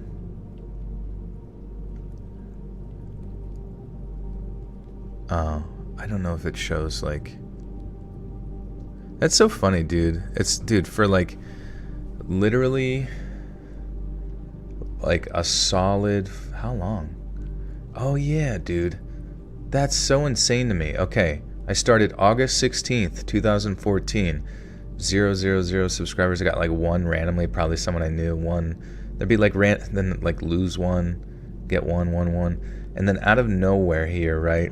Not out of nowhere, but I did a collab with King Spook, And he was like, just let me read a whole story on his channel. I was like, fuck yeah, dude. And then I got like 326 subscribers in one day, and my brain was blown. Hey, Swamp Dweller, what's up, buddy? Swamp Dweller let me on his channel, and then I blew up. But yeah, it's like I'm trying to think, like, and it wasn't until 2015 where like there was like actual like a couple hundred subscribers a day type situation. And I think that was probably when I started doing the true scary story stuff, was probably 2015, 16 era. Well, yeah, 2016 probably would be it, honestly. And that's when things kind of started to go decently well. Huh. That's interesting.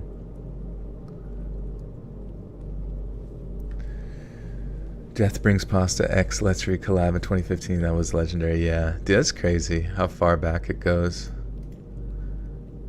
I think the one thing I feel the worst about is like there was so many like narrators that I would like, you know, collab with and chat with, and just like there was some who would be like, yo bro, if you move up in the realm, if I move up, you move up, bro, like we, you know, don't forget about each other, man. And then you just forget about each other.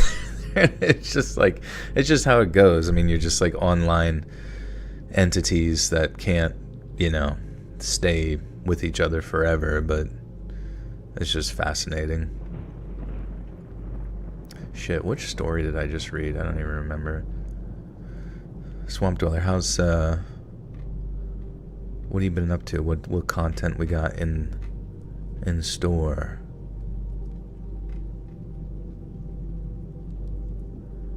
Driving like oh yeah, this was driving like a complete jork here, straight jorking it torpedo style. Wait, was this one?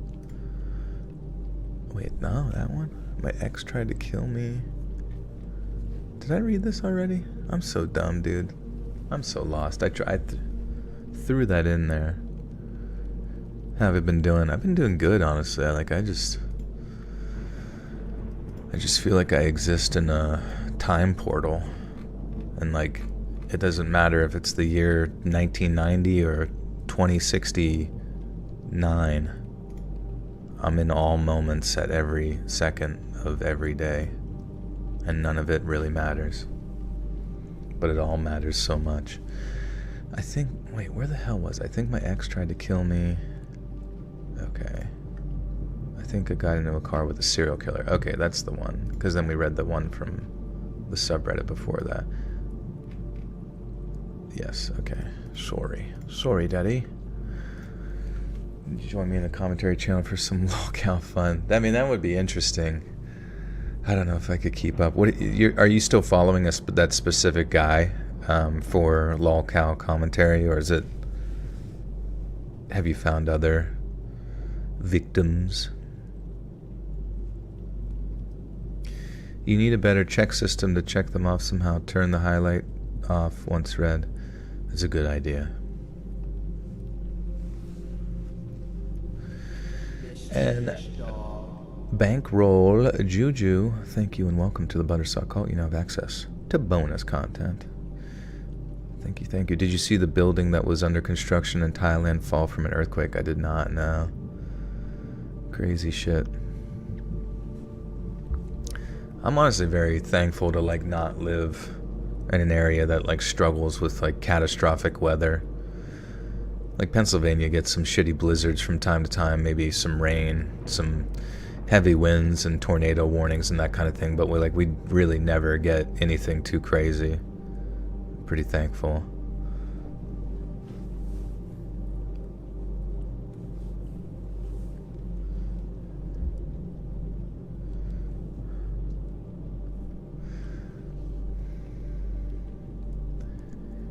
I met them when I was 15.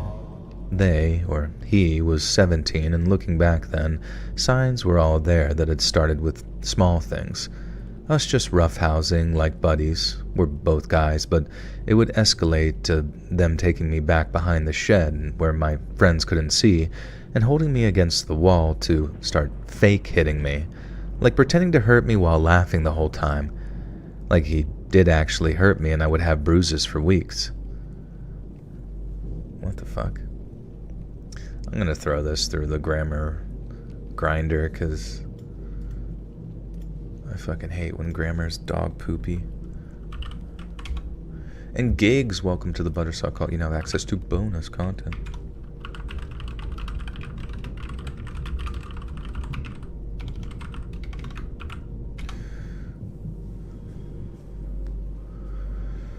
Cyrax and Daniel Larson. Is that who he's covering? I remember the Cyrax guy, and I think I've seen a lot of funny memes with like Daniel Larson where like somebody says something and then Daniel Larson or whatever will comment in the comments section below, like, send me money for Percocet or something like that. You know, it's just like the most like out of pocket, like insane shit, and it's really funny. Chandra, what's up, dude? When the super volcano erupts in Yellowstone, we are fucked. I know, I can't wait. Do you think it's gonna happen, Misty? Is that coming? Are we Scrooged?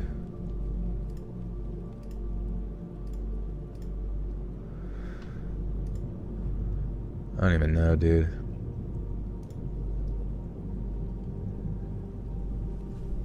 Honestly, if the world population is what, 8 billion, and you had to get it down to like 500 million, what would be your approach to doing that if you were if you were like a godlike entity, but you had to do it via human means? Cyrax especially is like, you would normally feel sorry for this guy, but he's legitimately one of the worst people to ever exist. Oh, nice, dude. Nice. Yeah, the YouTube's is full of the coolest people on the internet. Flood, purge, COVID, purge. I think like a tsunami on the coast will come first, and it would go get to Greenland. A purge. Well, yeah, but like, what would the purge do? You mean like everybody would kill each other, or would it be like a war, or what do you mean? Because I feel like a purge would be like almost like too messy and not like tactical enough, you know?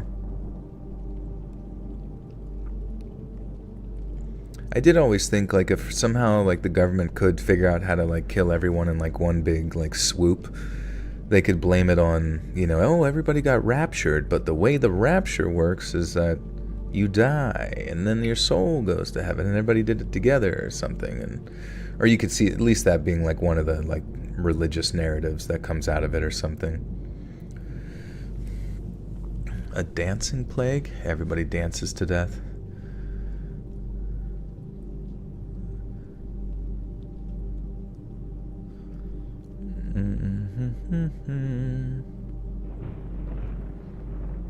Definitely not AI voice. Yeah, thank you, Crumbly. I did see Mr. Nightmare commented that about him getting those things, and it was interesting. Getting us fat slowly. That's true. I feel like it would have to be like something slow. Or like, you know, I think the safest method would just be like figure out a way to like make everyone infertile, you know? Just like make most people infertile, which doesn't really seem to work, at least currently. And then eventually the population would be kind of like Children of Men, you know, if you remember that movie, where like nobody could have babies and stuff. Yeah, the brown note. Christian Yost, welcome to the Buttersock Cult. You now have access to bonus content. I think there's thousands of tiny methods for population control. Sorry, shitty subject to think about. It's whatever. I'm just curious. Because I hear people talk about it. You know, they talk about like the Georgia Guidestones. They've got to get the population down to 500 million. It's like, well, how do you do that? And I feel like it wouldn't, you know, just so people wouldn't notice, it would have to be like a much slower and like insidious thing, such as like birth control or whatever. Children of Men is basically the Half-Life 2 movie. That's true. That is right up there, because I think they did mention that in Half-Life. You don't really think about it, but I think people were unable to like reproduce because was it through frequencies? Because of frequencies they couldn't reproduce, or was it something in the water? But I think they put something in the water that they couldn't remember stuff. Like it was very hard for most of the population to like remember anything.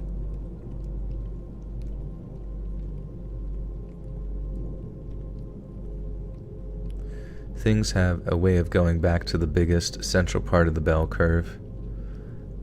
Yeah, like changing and then just like nothing changes. Our sperm count is plummeting since processed foods. Well, that makes sense, yeah. But I feel like you would really need to amplify it through some means or whatever. Have 0 to 1 kids, you're helping. Have 2, you're doing nothing. And 3 or more, you're hurting the population, maybe. Like if you have more kids, you're hurting people by having kids. I don't really think that, honestly. I mean, if you have kids, like, and you can take care of them, it's not like you're hurting anybody else. The dividend-induced collapse is likely because everyone will owe on those dividends, like investors all pulling stock at once. Yeah, I'm unfamiliar with this. Do you think that's happening? What details can you give? What do you see out in the field? Philip Novak, welcome to the Buttersock Cult. You now have access to bonus content. Thank you. They take resources. All right, but I mean, they're your resources, so like who's to say what you do with your resources? I think that's the weird thing about like talking about people like not, like telling others to not have kids is basically just like telling others what they should or shouldn't do, and you can't really do that, you know what I mean? You can't sit there and be like, but think about us like we're a bunch of ants and this is a big colony. Don't you care about the colony? No, nobody cares about the colony. We're individuals. I mean, we operate as some sort of strange hive mind sometimes, but for the most part, we are kind of just out for ourselves, and you really can't expect people to follow some like strange sci-fi narrative about the world population. Because it's also counterintuitive. It's like, stop having kids so that kids can continue to, so that the population can continue to exist comfortably. Like, I don't really understand the logic there. Like,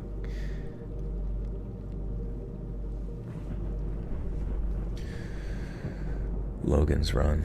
Dividend is a borrowing transaction. You'll be taxed on and owe, driving national debt over the threshold of return. Yeah, I don't think there's any way we pay down the national debt, especially when it's like, they sit there and talk about like Doge, like removing $20 trillion or $2 trillion in waste, but then at the same time, like a continuing resolution and like government budget ends up being 1.7 trillion in like actual inflationary dollars.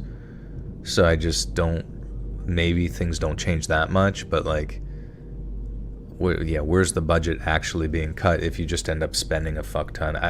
Maybe I don't fully understand it. I obviously don't, but it just seems really counterintuitive. Katie with the 5 says, hi Joel, can you plug my mother's GoFundMe? She's homeless in Indiana, and I'm trying to move her to Iowa. Donate, secure a safe home for mom. Sure, yeah. I can link it in the... I could check it out. You could email it to me. Let's read submissions. Be easier to click that way.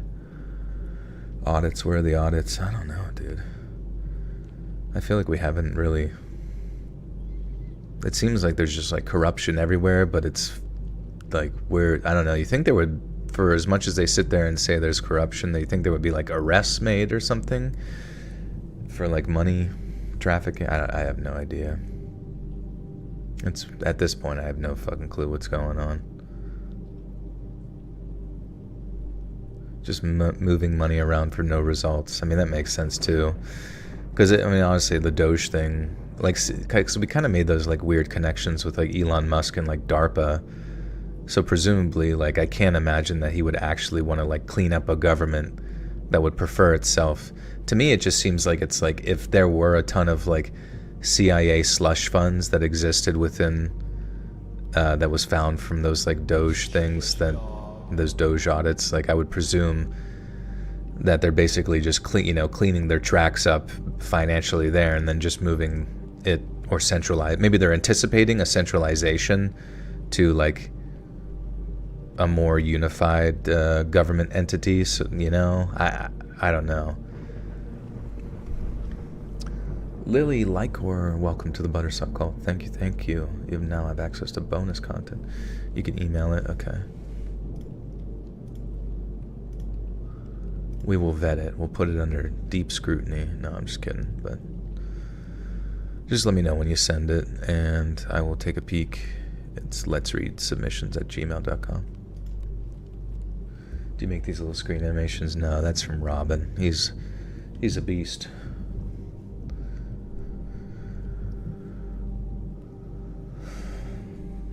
Lord is correct. My prediction is the current monetary system will collapse on purpose to bring in digital currencies. That's kind of been my thought too, is like, and that's really the only way that you do it.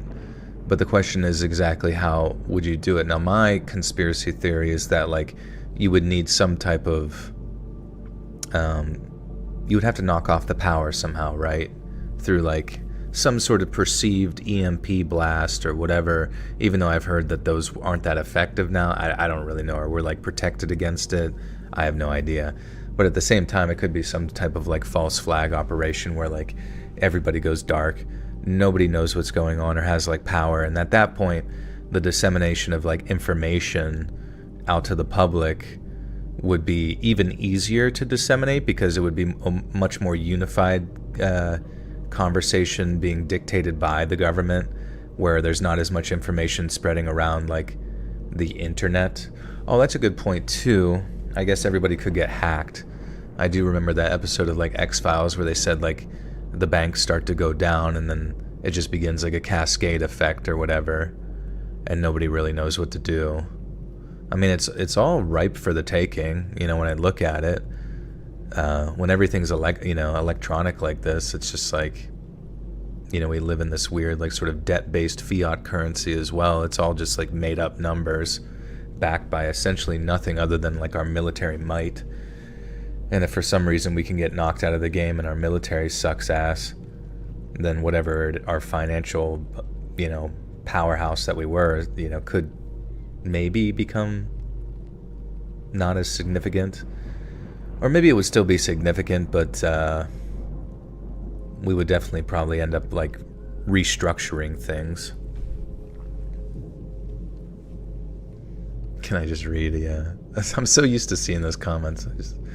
It's whatever. Tame, thank you, and welcome to the Butter Sock Cult. Appreciate you. It is strange to think, I mean, I guess this is just what humanity is. Like, we're never going to reach some sort of like utopia. People in control are just like blackmailed through all sorts of like different means. I mean, at this point you can just like put shit on people's like laptops and stuff and like, you know, inadvertently blackmail them that way or get them out of the way. And it's just weird. It's just weird how that's just like how it's going to be forever. Yeah, what if you got white-mailed, where somebody threatens to put out a story that makes you look good, actually, instead of a bad one?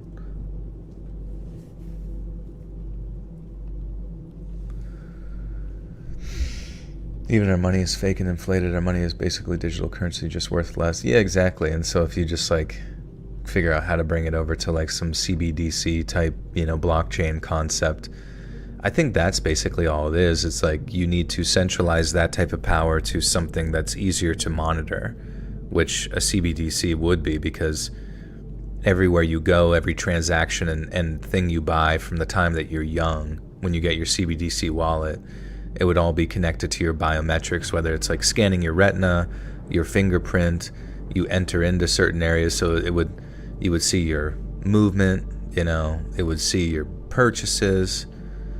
And then if they really are like trying to push into the whole like carbon tax nonsense, I could totally see them being like, well, citizen, you shan't not travel too far, otherwise you will destroy Mother Gaia with your carbon emissions. And so like now your movements are like limited, so it would just be like this complete like technocratic like security state that constantly treats you like shit, but then tells you that it's doing it for your own good. You know, and then you have all the brainwashed people in society who are like, it is doing it for our own good. This is for the good of the people, that we have less ability to do things. We would hate to hurt Mother Gaia. Yeah, and then the good and bad behavior points would be attributed to something. You know, it's all, you just have, there's like a million different ways to Tuesday to like come up with like linguistic concepts that you can label stuff and just basically take the Chinese model of like how society works and just apply that to the United States in some fashion. But the only way to really do it is through some sort of catalyst, and that might be some type of knock off the power somehow. But then most likely that would result in war of some sort.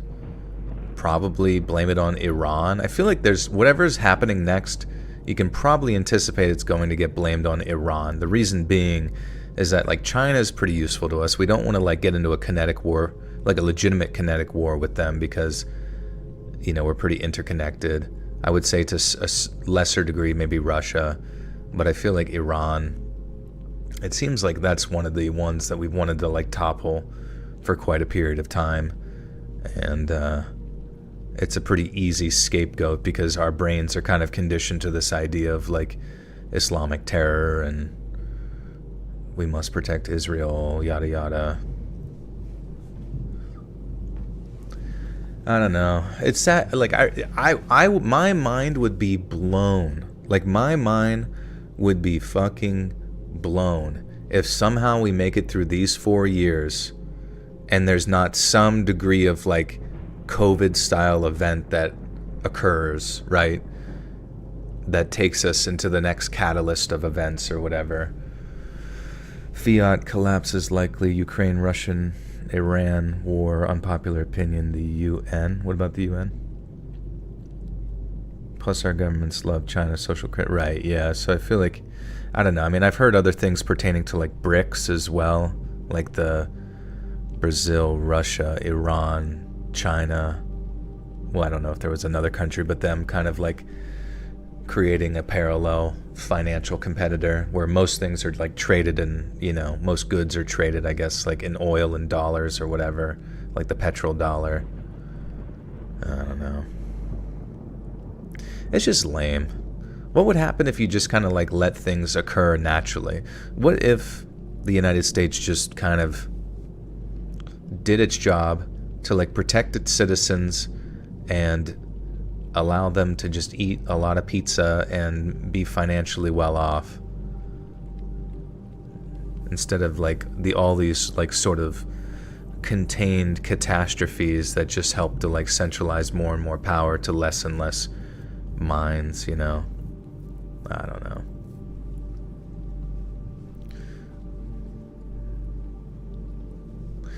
Jimmy Carter overthrew the Shah of Iran and installed the Islamic dictatorship. I do remember hearing, like, before they had a dictatorship in Iran, it was, like, probably one of the, I don't know, most modern, sort of westernized nations in the Middle East. Like, I heard it was quite nice. And it's sad to think, like, how quickly it could descend into religious extremism and insanity.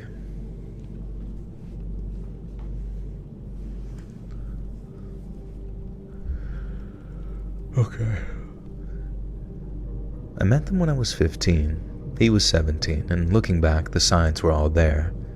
It started with small things, us just roughhousing like buddies. We were both guys, but it would escalate them to... It started with small things, us just roughhousing like buddies. We were both guys, but it would escalate to them taking me back behind the shed where my friends couldn't see and holding me against the wall and fake hitting me, sort of pretending to hurt me while laughing the whole time. But he did actually hurt me. I would have bruises for weeks, and one time he literally shoved my face into stinging nettles. But my naive... stinging nettles... YouTube XPL recaps. I post horror stories. YouTube. Oh, that's a bit odd. I'm gonna go to your channel just to see how cringe this shit is. Oh, weird. Do you steal other people's animations or what is this? XLP recaps. It just seems like it's a really odd mishmash of like things. But yeah. Unfortunately, you can't come in and like spam, you know, your promo for shit.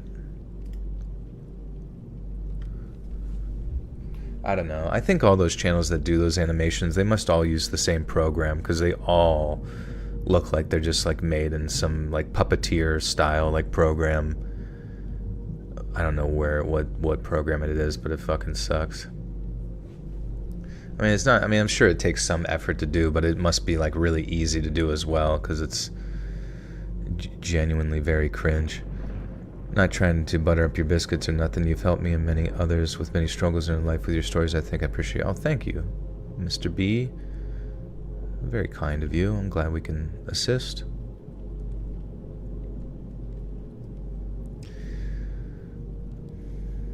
Agenda 2030.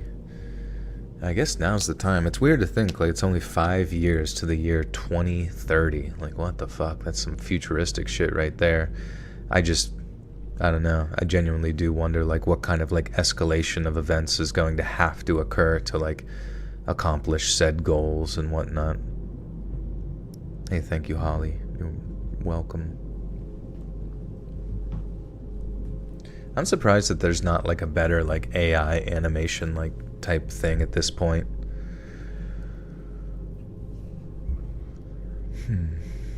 Yeah, where are all the flying cars? Who even knows, man? I don't think we're getting shit. It's just sad to think like we got really excited about the future, and then there's just like a few other people that are like, I like the idea where you guys are all dead, and the ones that are alive are like slaves. That sounds cool. How about that instead? It's like, damn it. Shit. I was hoping for like cyber pussy. I would have bruises for weeks. One time he literally shoved my face into stinging nettles, but my naive 15-year-old self thought it was all good and fun. If only I knew then what I would know now. So we started dating at the end of my sophomore year, and over the summer things progressed. He used to beg me to give him massages, and whenever I would refuse, he would pin me down and tickle me until I relented and said yes. And when I stopped before he was ready, he'd go back to tickling me. Sometimes he would just randomly pin me down and tickle me, and I would beg him to stop, but the only way to get him to stop was to literally fight him off of me. And this happened almost every single time we hung out, and I grew to dread it, and I don't know why I kept going back. Honestly, I was just so in love with him. I'm 5'3" and weighed even less than I do now, about 100 pounds, and he's 5'7" and lifted, for context. Oh, like he lifted weights. I was like, what? He's a lifted vehicle? He's got a huge suspension system.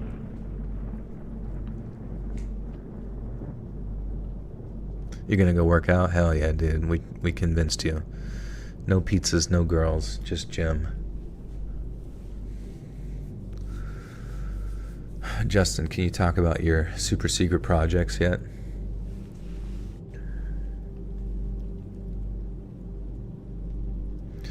War with Iran. Russia jumps in, then China invades Taiwan. Yeah, I guess maybe they're waiting for another opportunity before invading Taiwan. It seems like it would be quite quick.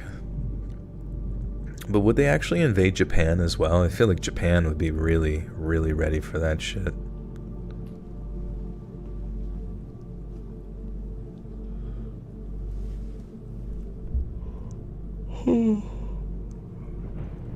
I'm 5'3" and weighed even less than I do now, about 100 pounds, and he's 5'7" and lifts weight.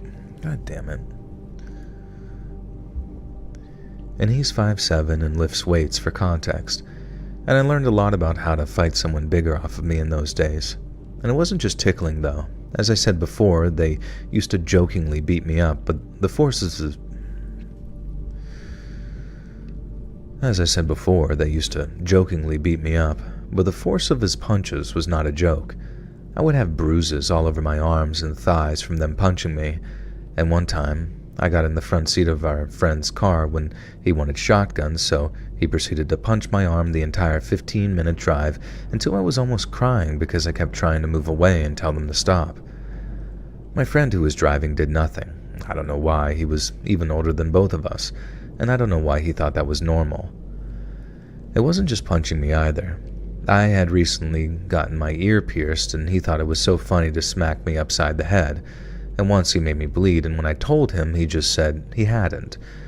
And I tried to talk to him about this so many times, asking, please, just don't touch my ears. And every time I asked, all he would do was correct my grammar. And this was over text. I was honestly scared to say anything in person. And here's an example of me trying to talk to him from August 2021. Now, we ended up breaking up and just staying friends, and I spent all of my free time at his house like an idiot. Another thing he started doing was always wanting to smoke me up, but never smoking himself. Huge red flag, I know, but at the time all I was thinking was more weed for me. And I say all of this to explain what our relationship was like and how utterly confusing this all was for me. And to this day, I am still confused why they acted this way. And now for the part where I think he actually tried to kill me. I was 16 now, he was 19, and the day started off normal.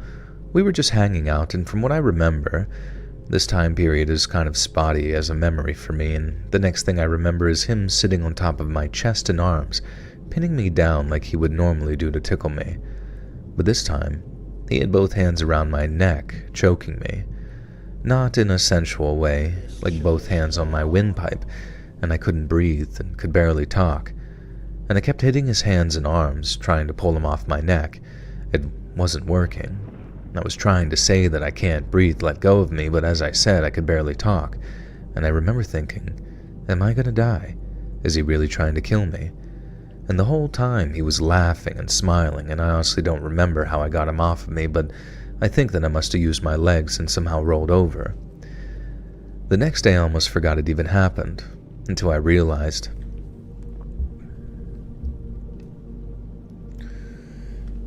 Melina Glutch, welcome to the Buttersoft Call. You now have access to bonus content. Thank you, thank you.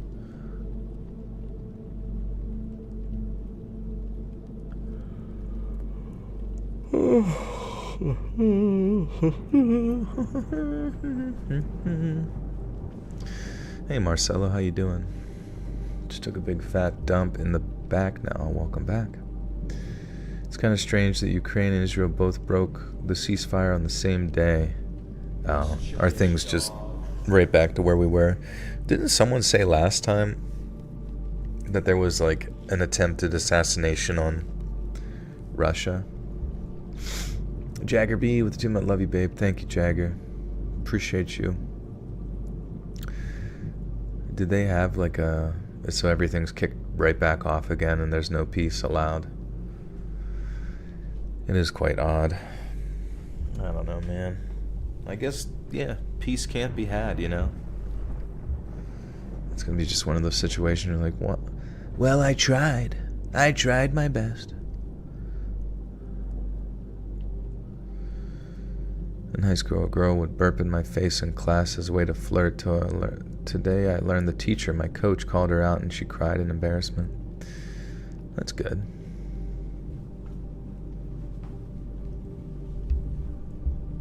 The Russians will never be conquered. Well, I don't think they would be conquered in this point, but or in this context, right? But it would be more like, hopefully, just some, you know, they get the whatever regions they were hoping for that were predominantly pro-Russian anyways, and give them some resources, and then that would be it. Hopefully, I don't fucking know.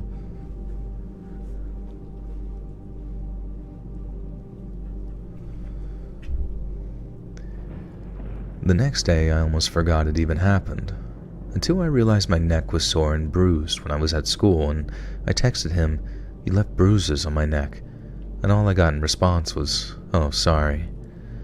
And I wish I could say this was the last time I hung out with him, but it wasn't. I actually forgot that it happened until weeks later when I was talking to a friend and she was horrified, so I decided that I never wanted to see him again and texted him that, and he said, "That's understandable."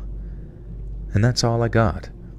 I had no idea what he would have done if we kept hanging out, or if I was just a little weaker. Honestly, I don't want to think about it. And I'm posting this here because it's not something I can ever really talk about.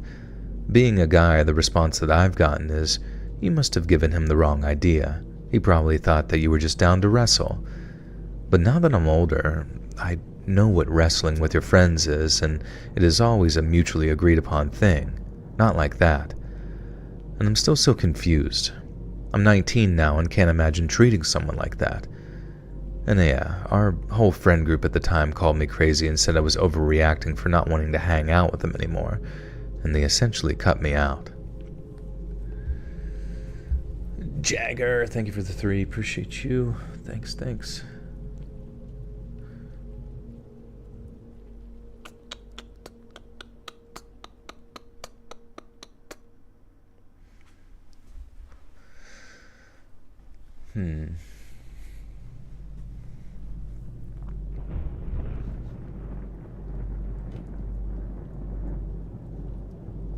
Putin's limo fleet got car bombed the previous day. Zelensky said Putin would die. Oh man. Wonder what would happen if Putin were to have died in that situation. Like, I mean, that's kind of crazy to think. We got the assassination on Trump, an American president, or assassination attempt, and then you get an assassination attempt on Putin. I mean, it really seems like things are getting a little crazy. You sound like the character Russell Shoemaker from the Afterworld series. I love that series so much. Let's check that out. I kind of want to hear what that sounds like. Russell Shoemaker Afterworld.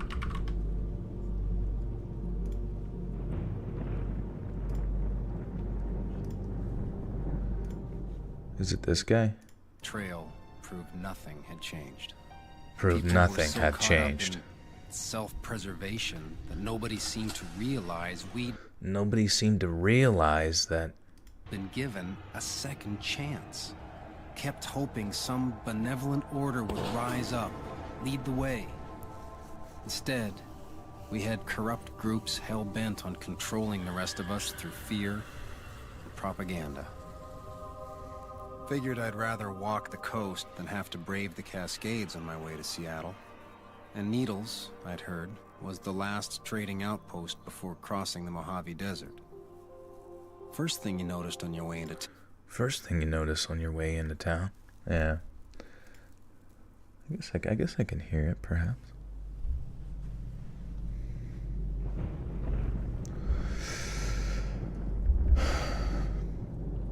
I don't know. It's weird thinking about things like war and all that kind of stuff. I mean, obviously, we're fortunate that we don't even have any responsibilities in it whatsoever. We don't have to participate in it.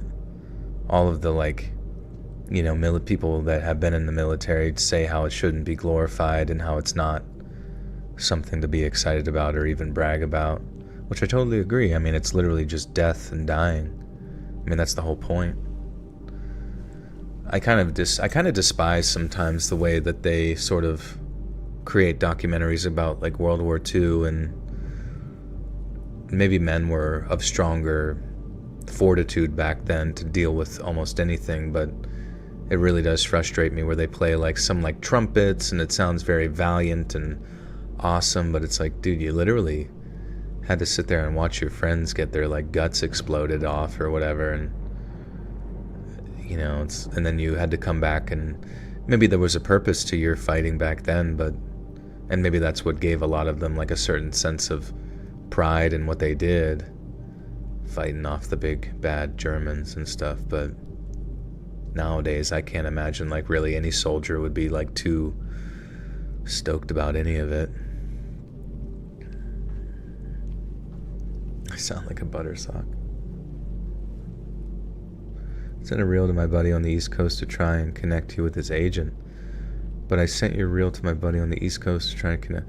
Oh, did he say anything, or did he say that he saw it or anything like that? Did I get left unseen?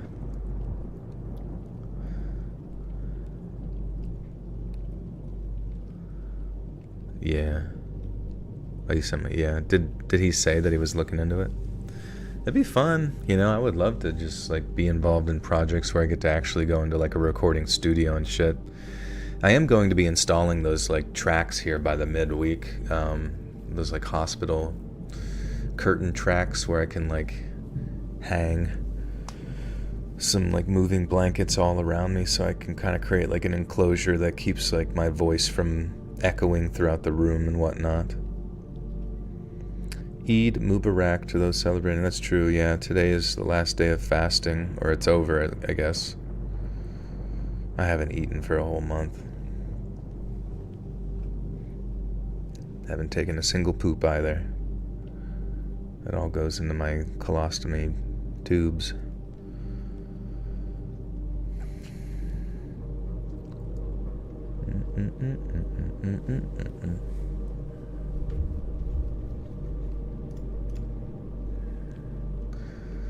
A closet is a great makeshift recording space in a pinch. Yeah, dude, I had this like closet under my steps that I was like, I put all this effort into like getting it treated and shit. Did it myself. And then as soon as I started recording in there, I totally spaced on the fact that there's a huge hollow space between the closet and like the steps above it. So literally my voice is just like, whoa, whoa, you know, just like reverberates like so fucking hard through that like hollow space in the steps, and it was just like all for nothing. I was like, perfect, I'm an idiot. I should have tested. I should have really like had someone like professionally find me like a area in the home that like could actually be good, but no. But I guess I could just make it around me. I'll just create a freaking cocoon, record inside my little nook. I have to go return some videotapes. Oh yeah, sorry. There's Lily or Katie. Did I get your email? There it is. GoFundMe.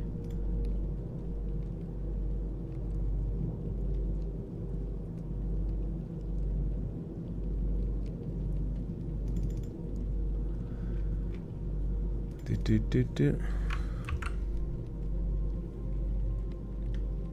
All right. I'm gonna. Oh wait. No. I wonder if there's like a short link or something instead that I can copy paste. Do.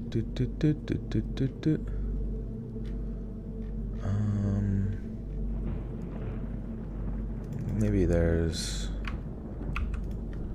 link shortener.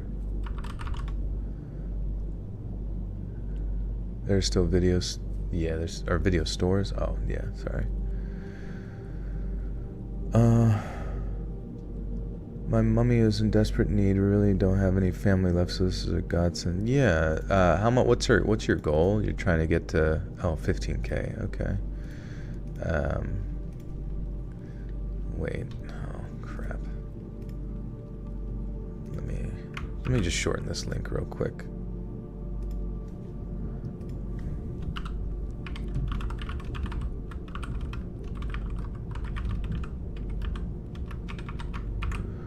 There you go. Hopefully that one works. Let's see if it works. Yes, it works. Okay, cool.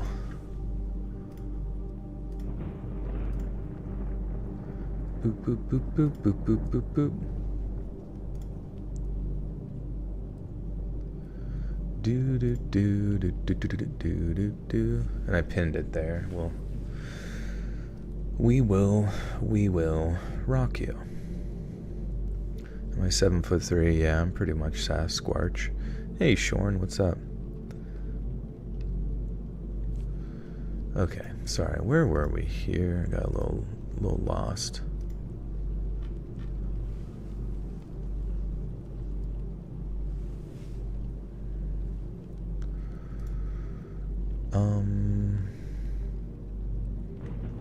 Okay, friend is a future serial killer. Did I read that? Which one? No, man. Oh yeah, my ex tried to kill. Okay, so that one wasn't necessarily like. I thought that was gonna be way scary, but you know, it is what it is. Oh, how old am I? I'm 34. I'll be 35 in June. Yippee fucking skippy, mate.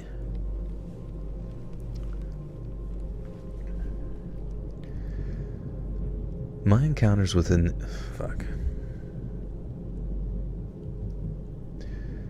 My encounters with this individual, who I'll call Ben, began in November 2024 in school. He was a friend of one of my friends, Tom, and eventually we became part of the same friend group. I've always found Ben a bit creepy, which seemed to be the school population's general view towards him. However, once we began regularly socializing, I began to feel bad for my presumptions. That was until we were added to a WhatsApp group chat, and that was when things started to turn. First, it was the mindless, constant images of gore that he would send involving torture victims and murdered children. I don't know if these images were real, but they made me very uncomfortable to the point that I asked... Alright, we're going to throw this through the grammar bot as well, just because it's kind of all over the place. Grandpa Joel, yeah. I'm beyond unk. Dan T. DMs is going to be in the Minecraft movie. That's pretty cool. I don't think I've ever seen him before, but that sounds exciting.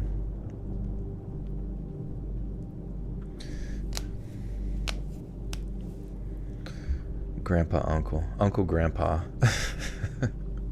They call me. Fix this grammar.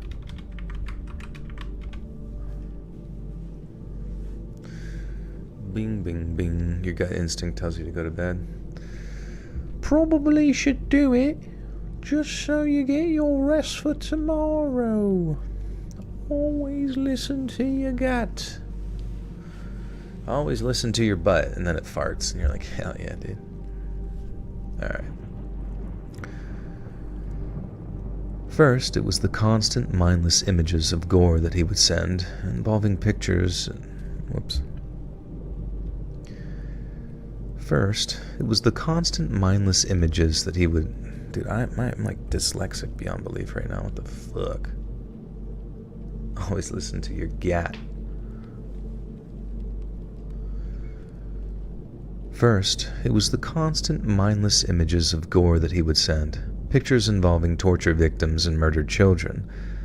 I don't know if the images were real, but they made me very uncomfortable, and I asked him to stop, and he responded by telling me to take a joke and to stop being a baby. And after that, we began... Dude, what the hell? And after that, he began sending messages claiming that he had killed a cat, along with disturbing fantasies involving people I knew. I wasn't sure if Ben was just your typical edgelord, which is what my other friends thought, but something about it didn't feel right. Then, one Saturday, I was alone Christmas shopping in town when I noticed Ben standing down the road, just sort of staring directly at me. I waved at him awkwardly, but he just kept staring before casually walking into a side street. For the rest of the trip, every time I turned around, Ben seemed to be there, always at a distance and always staring. And eventually I gave up shopping and went home, kind of angry, and I texted him about it, and he just said that he didn't know what I was talking about. Later, during lunch at school, Ben and another friend, Jack, convinced me and a third friend, Zach, to come with them into the forest behind our school. It was stupid, I know, but I was bored and decided to go. And as we ventured deeper into the woods, Ben started acting strange, laughing and repeating, "Closer, closer." Eventually, both Zach and I agreed that it was creepy and decided to head back. And Ben seemed pissed when he and Jack returned. And when we asked why they wanted us to keep going, Ben said he wanted to set a fire and show us.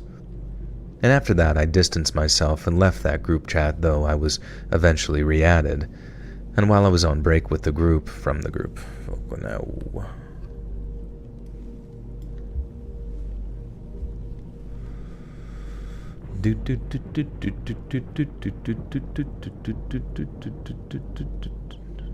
Okay, see you, Katie. Take care.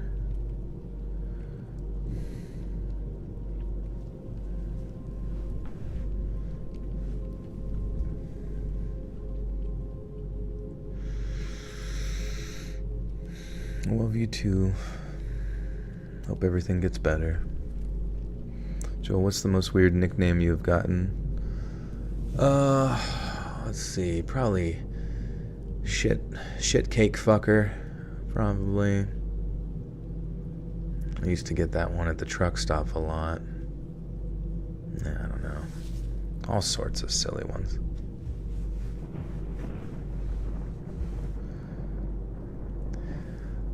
While I was on break from the group, Ben attacked Tom at school with a homemade blade, and I believe it was a razor from a pencil sharpener. Tom ended up with a wound near his wrist, and Ben was expelled from school, though no legal action was taken. And it's been about a month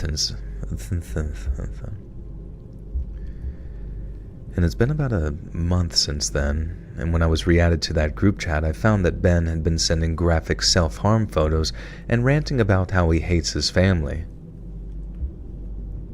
Shit. I don't know if I can say self-harm in the video. If a fucking stupid-ass Reddit story gets me demonetized because of those types of words, I'll be so angry. MC Hammy Pants, that's true. Joel, aka Bubble Butt.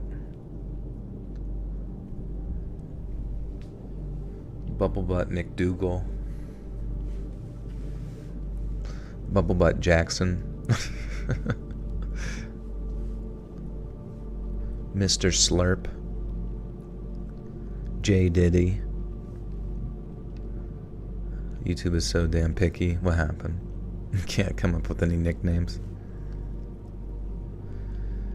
Who's your favorite oomph? OOMF? What's that? That sounds dangerous. PB and J. P. Diddy and J. What's PB and J stand for? It stands for poop, piss, and jizz. Poop, piss, and jizz sandwich. Anybody want one? Squid Girl 33.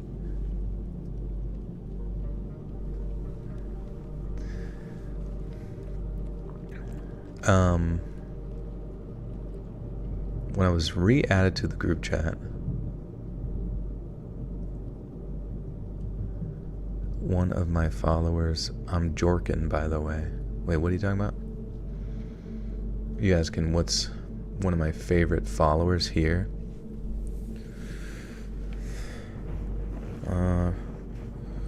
Let's see, who's my favorite? Type 1 if you want to be considered one of the favorites.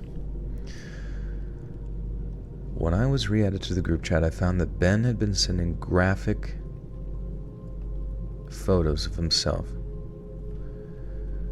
When I was re-added to the group, I found that Ben had been sending graphic photos of himself doing things to himself and ranting about how he hates his family, blaming them for his misfortunes. I'm genuinely worried. He gives off killer vibes, but maybe I'm just being paranoid, and I often think about that time in the forest and in the town plaza. Anyways, should I be concerned or am I just overreacting? Sometimes I worry that Ben knows where I live and that he's not far away.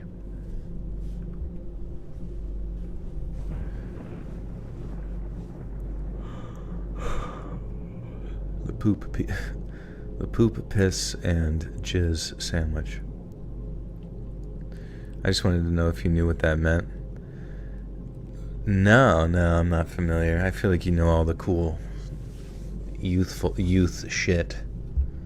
You're down with K Dot and crew. That'd be funny if the chat just only typed in zeros and ones for the entire time. Imagine if you went into like sort of like a live stream that was like moved as fast as like, you know, one of the major Twitch streamers, but all anybody ever typed was just like binary.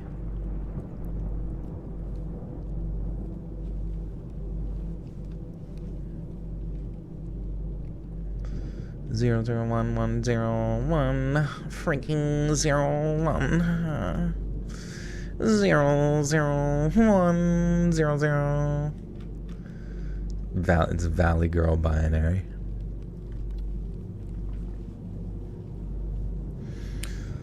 Okay. I didn't sleep Airbnb. Oh, fuck, dude. We gotta get through these stories. I'm checked out. Way before the beef. Way before the beef and way before the chicken. Let's see how deep the rabbit hole goes. How deep does the rabbit hole go? And then it's just a picture of a rabbit being like, what the fuck?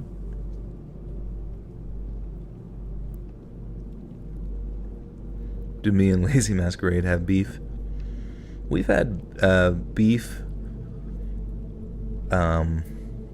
We've had beef flavored ramen noodles together, if that counts. And I cooked him a delicious reverse sear steak.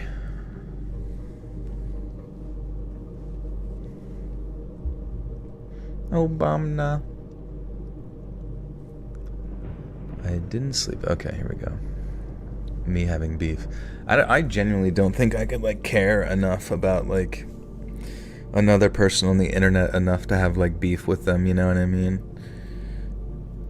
Even if they were, like, really mean about something, I almost feel like I would feel bad for them, you know? What's my girl dinner? It's just a cup of wanker. Joel Lamar and RFK Jr. A great impression, of course, Joel Durst. I like beef. Yeah, I'm vegetarian. I ain't got no beef. It goes kind of hard. That goes kind of hard.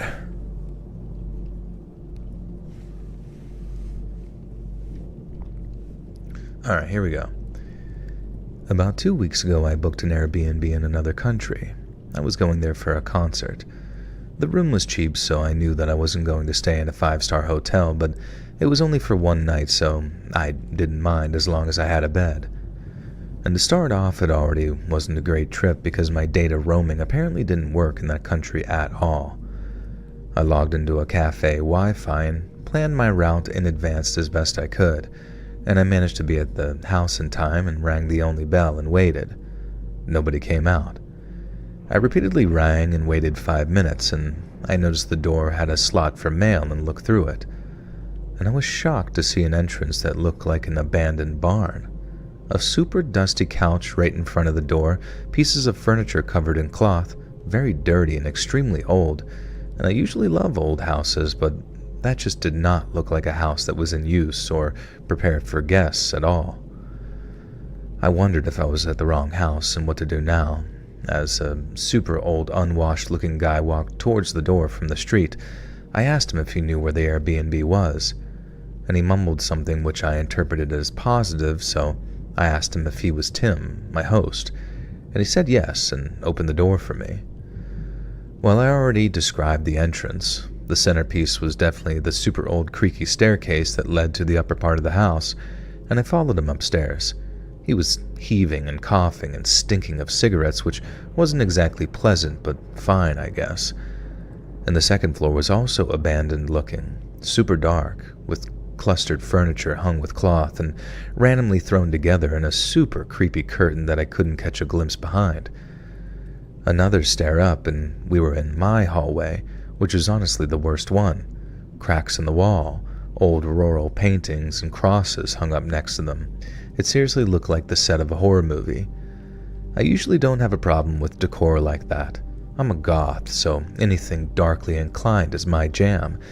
But everything looked so badly taken care of, so I got major creepo vibes from this house.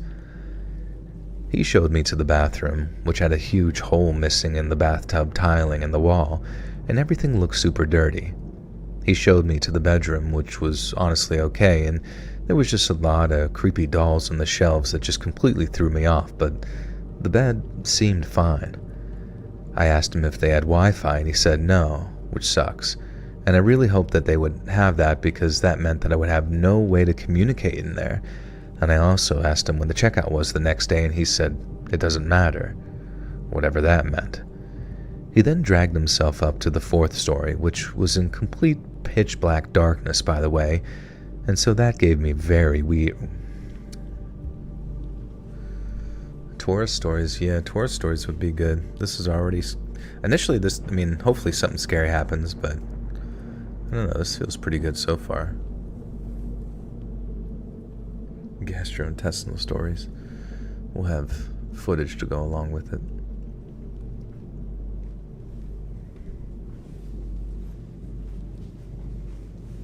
Omar Guzman, welcome to the Buttersock Cult. You now have access to bonus content. Thank you, my friend. I left because a troll accused me of stolen valor because I said my dad was a combat veteran of Vietnam and Laos in a Gulf War where he got cancer and got shipped home from Iraq with cancer and died in surgery. Oh, I'm sorry to hear that. Sometimes people just say shit, you know. Not you, but the troll person. Joel Putin voice impression now. Let's see. You wouldn't believe it. He then dragged himself up from the 4th-story floor, which was in complete pitch-black darkness, so that gave me very weird vibes. I definitely didn't want to get in the shower, so I just quickly changed and charged my phone. When I went to the bathroom, I realized that I didn't even notice the creepiest part. There were no locks, at all. Not for the bathroom, not for the toilet, not for my room. Would freak me the fuck out. And I also noticed that there were so many half-used items that someone, looked like guests before me, had left there, like shower gels and toothbrushes and toothpaste. A random lash curler just lay abandoned on the shelf. Not like, here you go, for your use in case you forgot yours way, but it just looked like someone left it and nobody bothered to clean it anyway. A Russian accent, like reading like Valley Girl bullshit, like teen girl text messages would be really funny.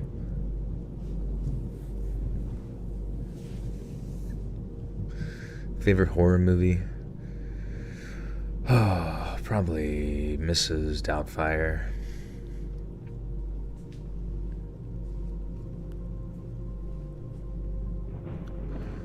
All your socks belong to us. Do you know a game called Frag Punk? No, I haven't heard of it. Or it sounds oddly familiar. Transylvania. Rose. He dragged. I wish I could keep rolling my R's like the evil guy from Nosferatu. He dragged himself up the 4th story, which was complete pitch black darkness, so that he gave me very weird vibes. I guess you don't need to roll every fucking arm, but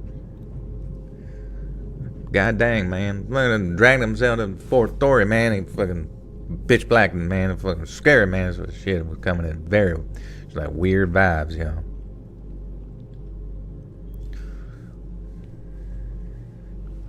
Oh, Christopher Walken, he's showed up me to the bathroom, and we had a huge hole missing in the bathroom tiling and the wall.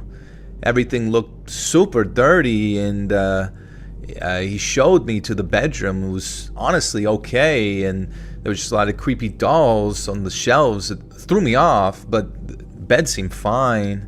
I asked him if he had Wi-Fi, and he said no, which sucked. I really hoped that would be because that meant that I had no way to communicate in there, and I ran out of steam, sorry.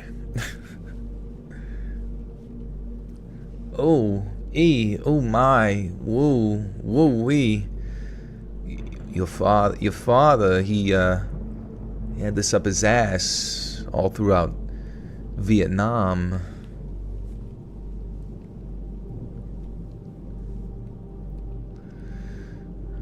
Yeah, I feel like I remember doing like Christopher Walken when I was in like 8th grade, and somebody said it was pretty good, and so I just never changed it.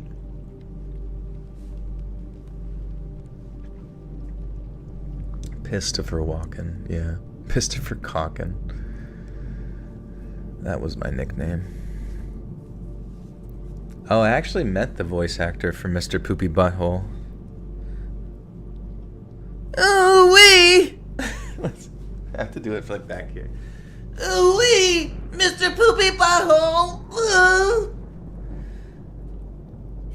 dragged himself up the... Look out! I don't know. I don't actually remember what he sounds like, but I just remember him like kind of like screaming, "Oh wait," or something like that. It sounds like Butters. That's funny. Yeah, it was on Rick and Farty. Can you fulfill a lifetime dream to me and say, "Hey, I'm walking here. Hey, I'm fucking walking here." But it's a guy in a wheelchair. That'd be kind of funny. Well, not funny, you know what I mean. Just the irony, I suppose.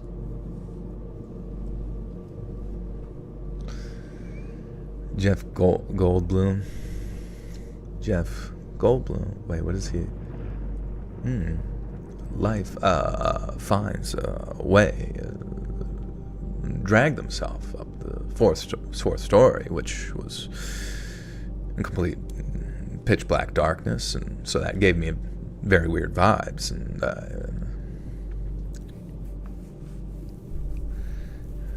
Abradorf Linkler, never heard of him. What do you mean? He dragged himself up the fourth story.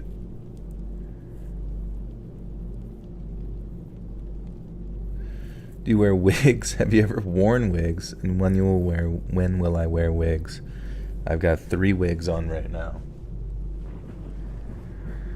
That's how I get all the hair in my nose.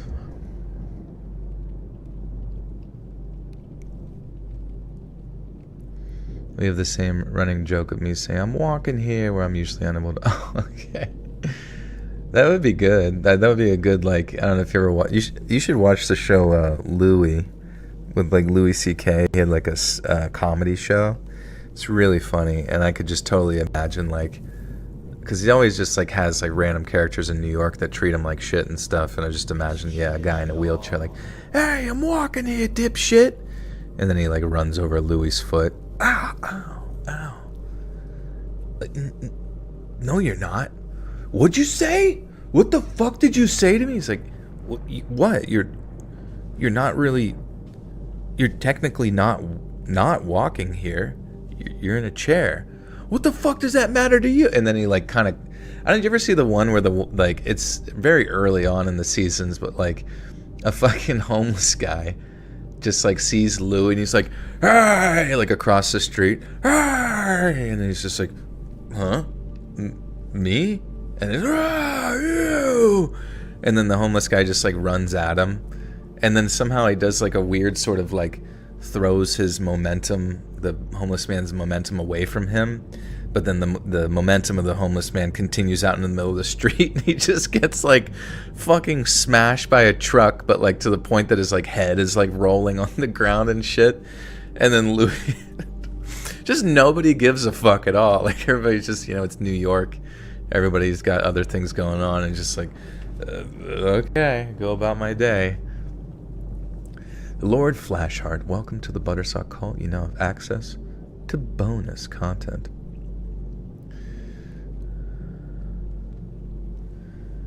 Yeah, the show Louie gets a little bit more serious in the later seasons whenever he tries to be a little bit more heartfelt with his stuff, but like the early first 2 seasons where it's just like stupid ideas that come up into his head, I mean, it's still funny in the later ones, but it's really, really funny early on.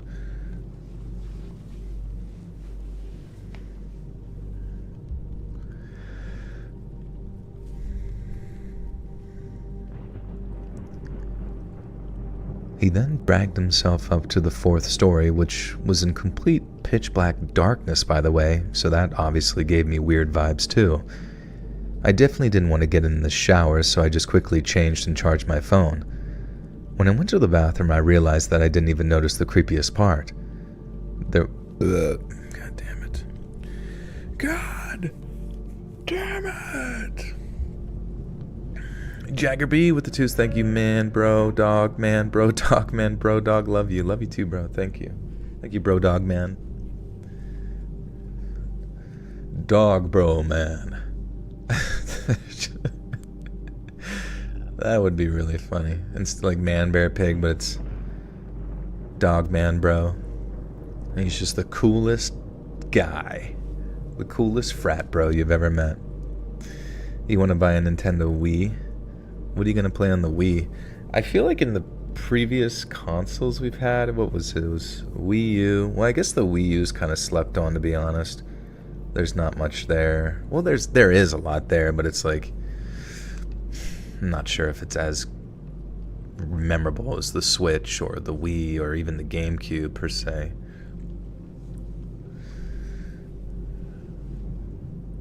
I broed so hard. A momentous pause, Mr. J. Reese, thank you. Have you seen Solo Leveling? That sounds oddly familiar. I feel bad. I don't consume anything interesting at all. It feels like you guys all watch the cool shit, and I just get stuck watching Channel 3. You're gonna play Half-Life 2 on the Switch? They're gonna have Half-Life 2 on the new Switch. It took that fucking long to get the Switch to play it. Hopefully it has Skyrim for the 50th time and GTA 4. Oh, it's a new anime. Okay.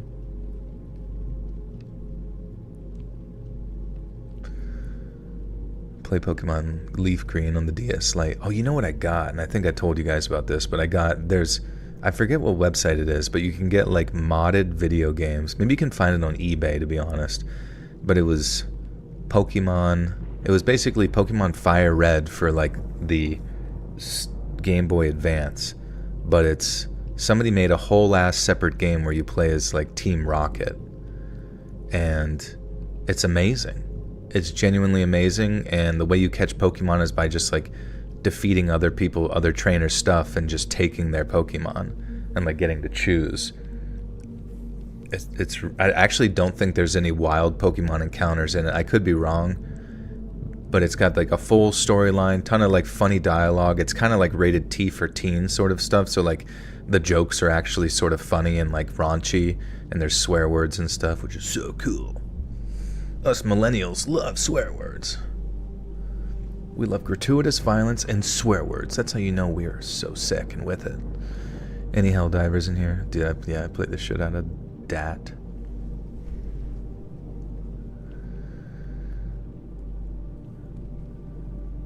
There were no locks at all. Not for the bathroom, not for the toilet, and not for my room, which freaked me out, and I also noticed that there were so many half-used items that someone, looked like guests before me, had left there, like shower gels and toothbrushes and toothpaste. A random lash curler just lay abandoned on the shelf, not sort of like a here you go for your use in case you forget yours way, but it just looked like someone left it and nobody bothered to clean it away. I already made up my mind that I would definitely not be staying the night in this house. My mind was just kind of spinning with different scenarios. What if all of these products were left by people before me? And why did nobody leave horrendous reviews because they all got murdered? I was super spooked and seriously debated if I should take all my stuff to the concert because it did not feel safe in the slightest. But my back was really hurting from my heavy backpack, so I just took my essentials and left the room as soon as I could. Not without sliding a folded paper under the door, so I'd see if someone tried to open it in my absence. When I was coming down the stairs, I heard someone turning a key in the front door. I was a bit confused, but in the advertisement it said that a couple lived there, so I expected to see a sort of wife or girlfriend of the guy I'd already met. Instead, a middle-aged man enters and says, "Hi, I'm Tim." All I could think of is, then who is that other guy? And I was pooping myself inside, but I had brief small talk with him and finally left the house. And I was quite shook. Luckily, I made it in time to the venue and the concert was worth it. And afterwards, I was so tired that I knew that I couldn't stay awake for the whole night, so I checked into a hostel. That was also not perfectly clean, but at least they had Wi-Fi and a proper shower and a door that had a lock. And the next day I got thrown out at 10 a.m., so I made my way to the rest of my stuff. I don't know why, but I checked the mail slot again and jumped back. The old guy was just snoring on the couch directly in front of the entrance door, and I tried my best not to wake him up and sneaked into my room to get my stuff. The door hadn't been opened, thank God, and I finally left that godforsaken place. I don't know if I was overreacting, but honestly, You know what? Fuck this, dude. Guys, we're gonna make this story scarier. What do you say? The old guy was snoring on the couch. I tried my best not to wake him up. I sneak in my room. Alright. Here's how we're gonna make it scarier. And I need your help. We need to think of something that, like, got left. Either somebody tampered with her shit, or something like a letter was left on her shit. This whole story hinges on the fact OP doesn't realize gay couples exist. I know, that's what I was thinking too. Like, maybe they were together. I don't know, man. It's really funny. 2 dudes? Am I gonna get touched by 2 dudes? And they're like, no, honey, don't you worry about us. But that werewolf there, he's scary. Alright. What do you guys think? I don't know if I overreact. Oh, yeah. We could ask Chat BBC too to finish it out. Or we could do it ourselves, honestly. Make it as scary but not porn. Alright, I'll try my best. Malia Cook, welcome to the Buttersock Call. You now have access to bonus content. Thank you, thank you. It'd be kind of funny if it was like a half-eaten banana. That'd be kind of funny if they... Like a half-eaten banana, like laying on the bag. Like, what the fuck? Or a half-eaten banana inside of a condom. What do you guys think? Jagger with the 2 says Snorlax is the best Pokemon ever. What's that say? Oh, love you, bro. Thank you. What do you think about Dragonite? Dragonite's one of my favorites. If I could ride Dragonite around all night delivering mail, man. Okay, not a half-eaten banana wrapped around a condom. Or they could be 2 separate things. Alright, not totally perverted gross. Oh, we gotta do something. The old guy was just snoring on the couch directly in front of the entrance door. I tried my best not to wake him up and sneaked in my room to get my stuff.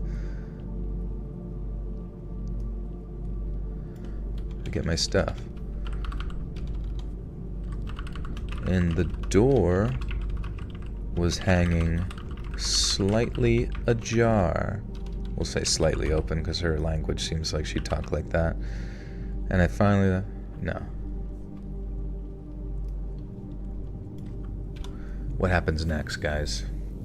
A half-eaten condom wrapped around a banana. That's a good one. Just an eggplant on the bed. And it's like covered in like poop. It's fertilizer, don't worry. Fear not. It simply makes the vegetables grow. She trips over his oxygen tank. Oh my god. That would be so fucking funny. He's like, he has oxygen and she trips it and he's like, wait till you're doing, don't leave. But I got scared. And I just took off. I don't know if he's dead or not. Oh, that'd be so good. But I can't do that. It's gotta be. Or do we do that?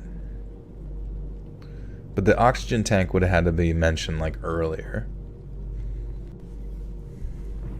Just for like sort of a foreshadowing of it. Alright. Guys, think of an item. This is it. Or we could do the oxygen tank. Alright, you type in the chat item that you want it to be, or trips over oxygen tank. Her toothbrush was used. That would be good.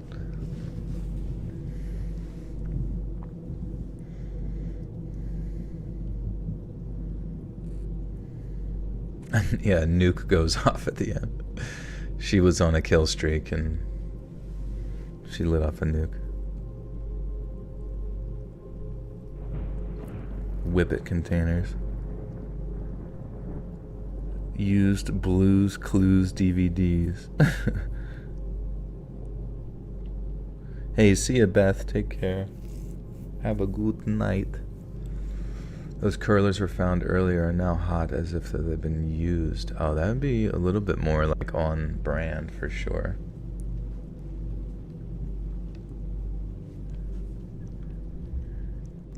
Alright, we're gonna go with the oxygen tank. I like that. It's just funny. The old guy was just snoring on the couch directly in front of the entrance door. I saw that he was now hooked up to an oxygen tank, and I had to sneak past him to get my stuff.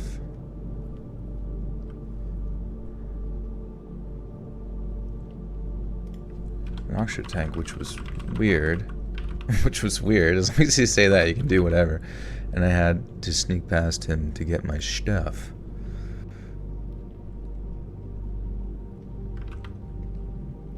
I went upstairs.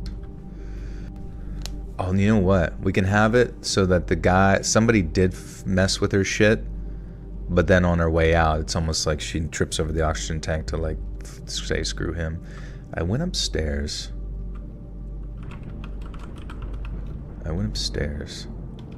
and my door was left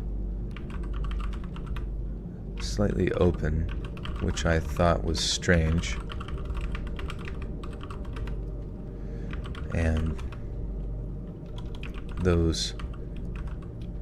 And as I gathered my things, I noticed the hair curlers. Don't they smell? They kind of smell, right? They smell like they've been used.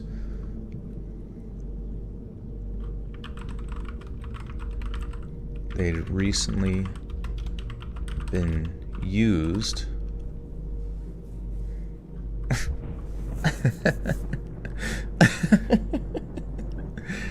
We gotta make this interesting. Nipple tassels. They were wearing recently been used. Almost like heat on burnt hair. I don't even know what the fuck that means at all, but we're doing it. Kaylin, Ranger Danger Fox, welcome back for, holy shit, 3 years. Just finds the guy asleep in a Snorlax costume. That would be really fucking funny, too.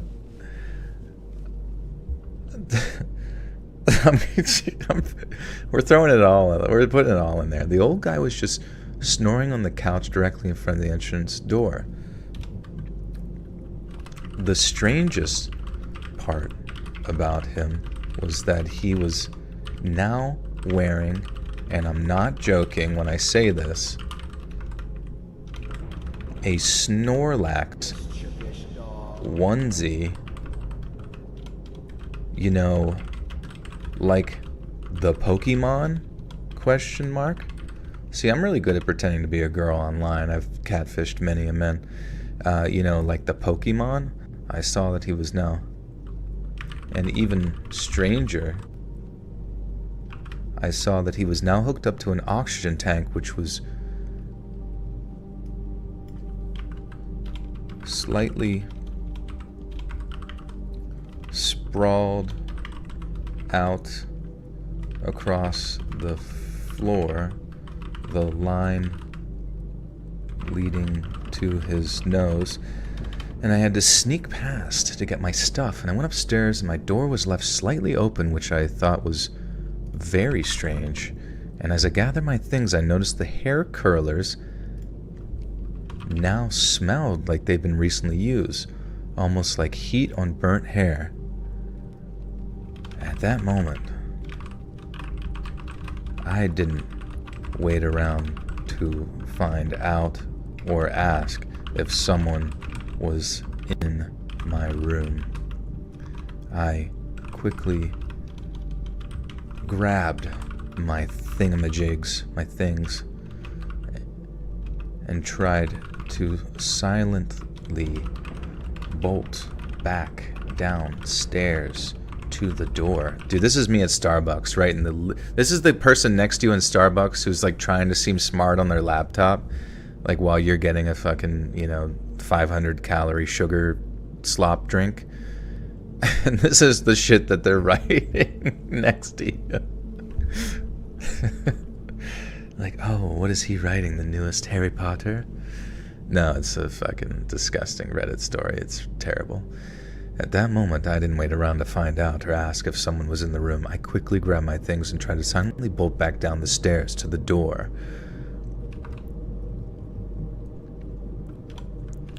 I wasn't really paying attention as I made a direct line for the exit when I accidentally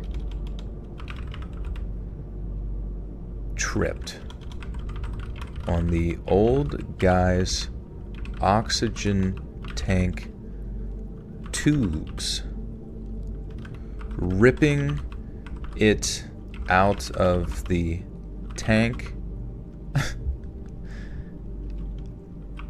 It immediately let out a loud hissing sound from the tank, and the old man woke up almost instantly, gasping for air.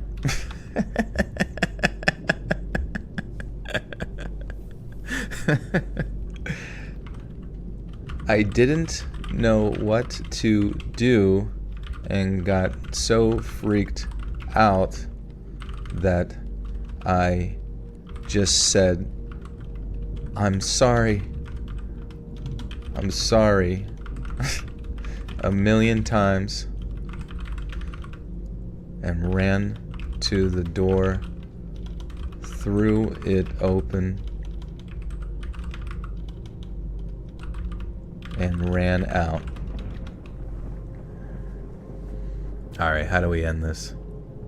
Oh, you're sitting there on oxygen? I'm sorry. Hopefully nobody tries to sneak past you tonight.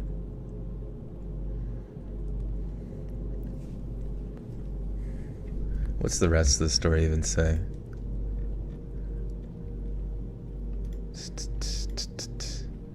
The guy was in couch directly. I don't know if from the two Tims to the missing locks and the checkout, that didn't matter. If I assumed the worst, the whole perfect setup to saw it from hers. We could just like say her same outro. That would be even funnier. Holy shit, that'd be really funny. Fix this grammar.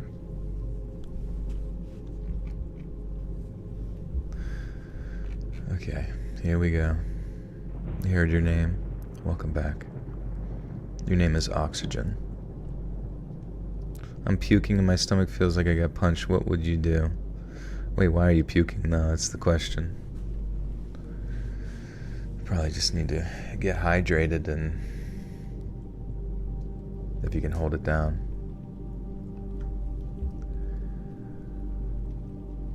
The old guy was just snoring on the couch, directly in front of the entrance door.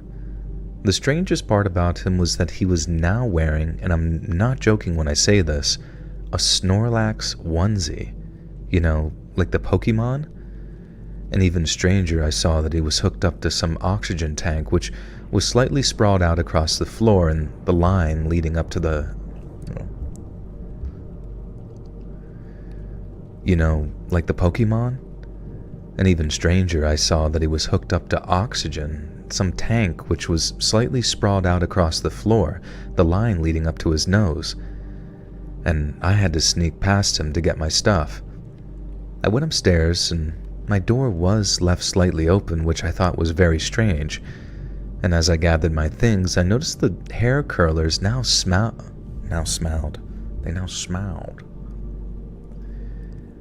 As I gathered my things, I noticed the hair curlers now smelled like they'd recently been used, almost like that burnt hair smell that you get from too much heat on hair. And at that moment, I didn't wait around to find out or ask if someone had been in my room. I quickly grabbed my stuff and tried to silently bolt back down the stairs to the door. I wasn't really paying attention as I made a direct line for the exit, and I accidentally tripped over the guy's...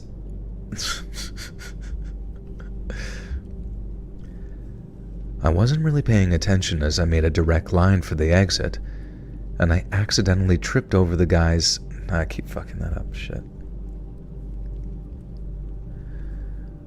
I wasn't really paying attention as I made a direct line for the exit, and I accidentally tripped over the old guy's oxygen tubes, ripping them out of the tank. It immediately let out a loud hissing sound, and the old man woke up almost instantly, gasping for air. In that moment, I panicked. I didn't know what to do. I was so freaked out that I just said "I'm sorry" a million times and ran to the door, threw it open, and bolted out. I don't know if I overreacted, but honestly, from the two Tims,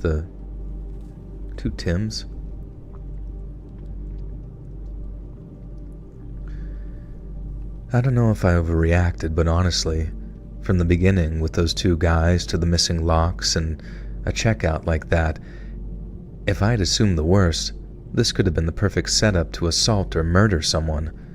In best case scenario, nothing would have happened, but I probably would have had panic attacks all night. Usually I love solo traveling, but this all was just way too much.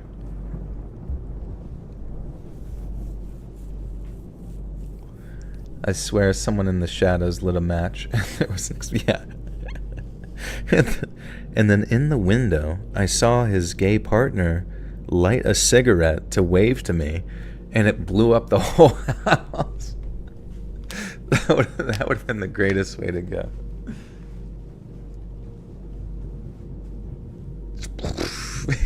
He's like trying to be creepy, but she just like sabotaged the whole fucking thing. I'm sorry. Like glass shattering. Sorry. Was I overreacting when I killed those two old men in an elaborate hitman style?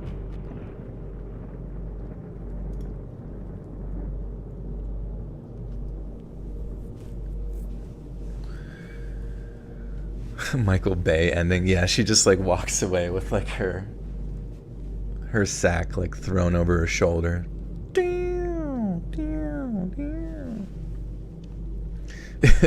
Very good, Agent 47. Very good. Little louder than I was hoping, but that's fine. I'm not sure if this is going to be interesting of a story since it happened at such a young age that the story had to be relayed on to me through family. But when I was around 1 to 2 years old, me and my sister were at her aunt's house.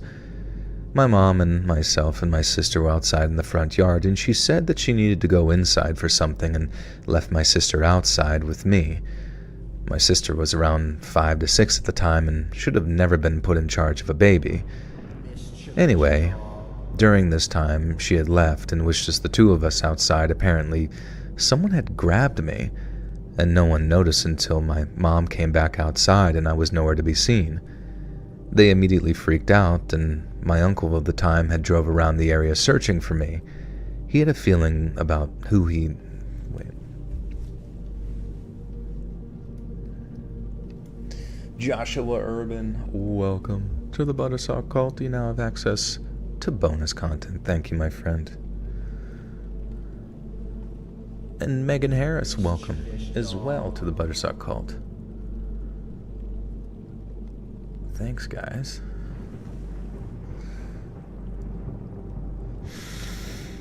Oh, 2 dongs, 1 screen. Can you imagine? Can you even imagine? Yeah, tripped over his wiener stretched across the floor. You know what would have been even funnier that I should have wrote? That the 2 dudes were cuddling on the couch. Oh my god, like 2 big fat old men cuddling on the couch, one with oxygen in his nose. Oh my god, that would have been funny. I don't know if we've been able to get away with that though, to be honest. Because then the one guy would have woke up and like, what the hell?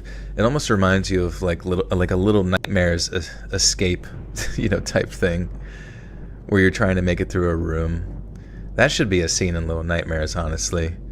you're one of like the little people, but you don't, like, it's early on and you don't know that you can like jump over stuff, so you like trip on their oxygen tube and it wakes them up and they're like crawling to like get you, but then you have to like outpace them until they run out of breath because they don't have any oxygen.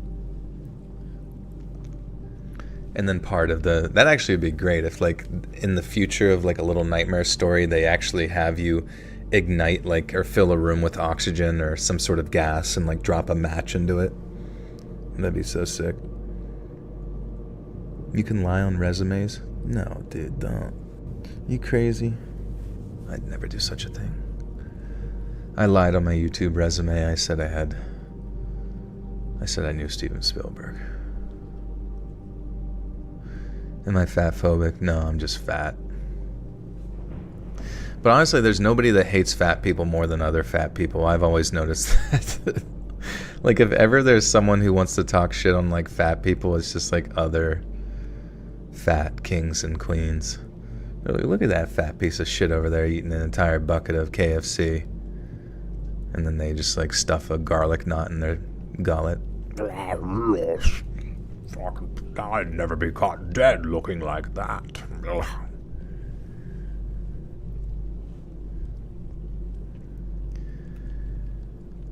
They immediately freaked out, and my uncle of the time had drove around the area searching for me. He had a feeling about who he knew it was and was on the verge of breaking into the guy's house because he banged on his door multiple times and was ignored. My aunt must have talked him out of it because they ended up just going back home and called the police. When the cops got there, they drove around and ended up finding me multiple blocks away, just standing outside of the very house my uncle said was the guy. They never made any arrests on the guy, and I don't even think they questioned him.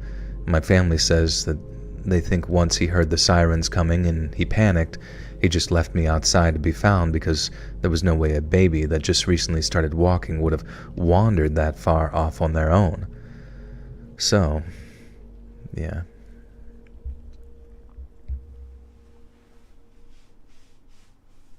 Hey Ella, what's up?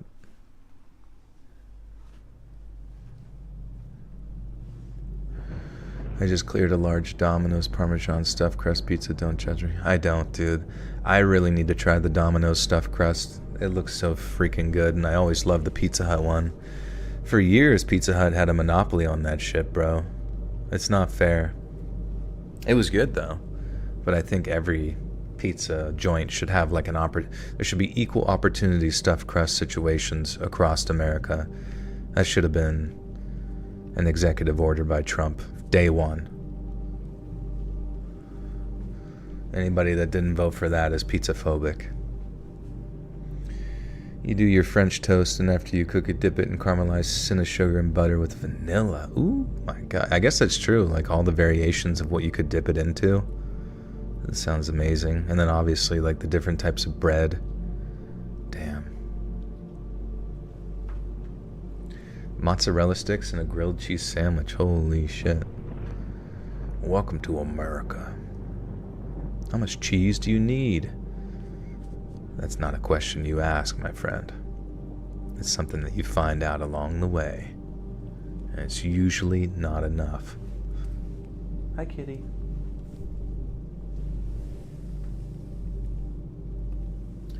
Oh, man. Every cheese.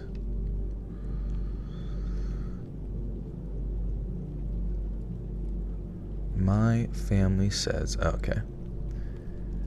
My family says that they think once he heard the sirens coming, he panicked and just left me outside to be found because there was no way a baby that just recently started walking could have wandered that far off on my own.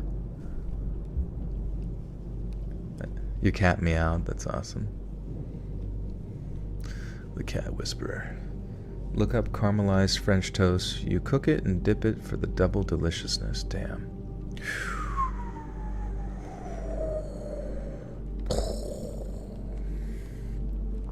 How big is it? How big is Pradeep? Pradeep's pretty big.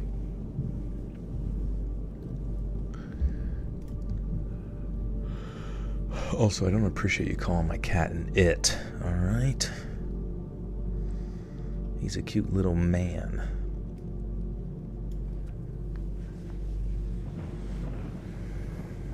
Hear me out. What if she rode there on the oxygen tank? Yeah, there's still time. Yeah, she like like fill the house with oxygen. She's like dragging it out there, and then the person like looks down at her, waves, lighting the cigarette, and she's like, no. Maybe she doesn't even do that. Maybe she doesn't care. And like, yeah, the explosion happens, and then the oxygen is still shooting off, fire. So she just like rides it all the way to the airport.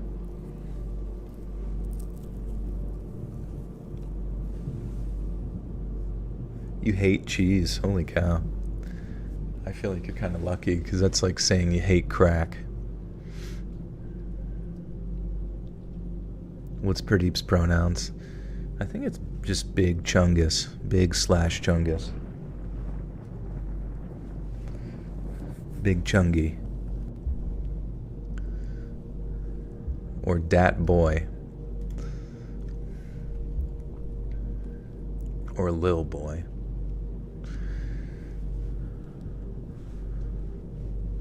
Or Scoops Magoops. A giggling goon.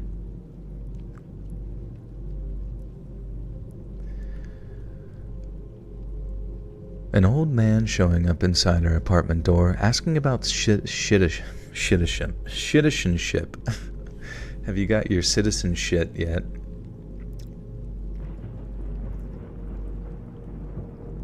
Big chonker. Domino's stuffed crust is like half a mozzarella stick that's half popped. Hell yeah, dude. That's all I need in life. Make me happy. And get married to one. I feel like there's a thing as too much cheese. Perhaps. Let's definitely be in the next presidential debate. How much cheese is too much cheese, folks? These are good questions.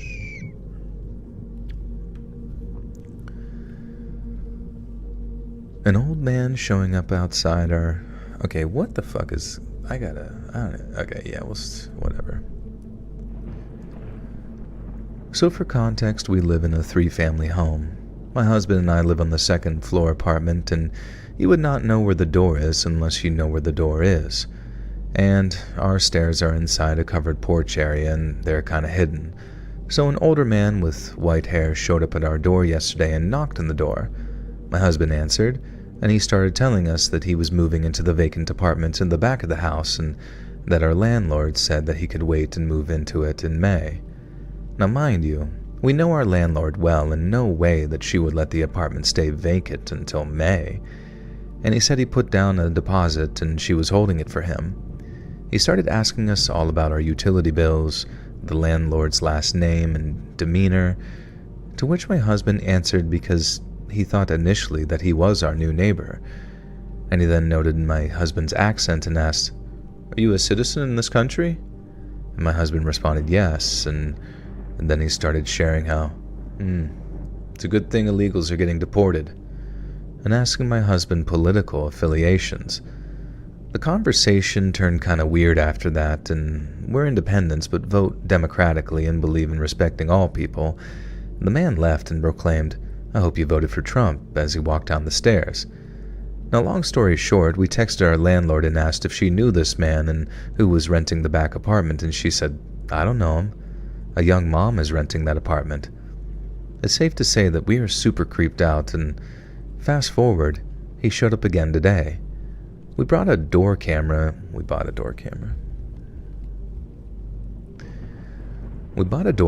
and now have him on video.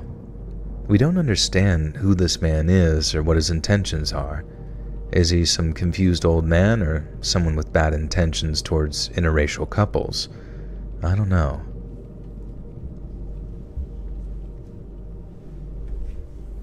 But it's weird, like, why would he pretend to say that he's moving in and shit? Kind of sounds like one of those, like, Reddit bait stories, because, like, obviously Reddit has its sort of, like, circle jerk affiliations and that kind of thing, and I could see someone writing that just to get a rise out of people in there.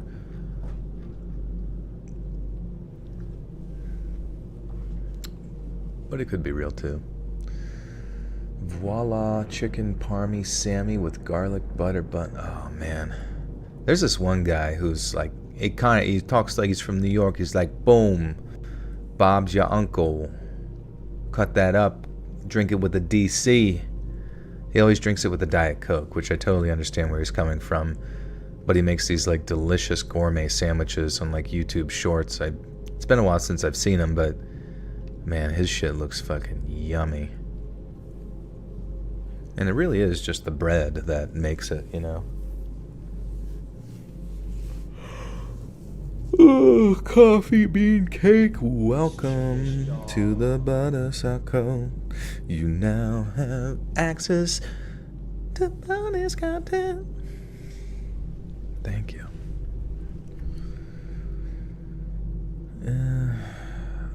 Avocado, cantaloupe, coconut, all latex family. What? An all latex family?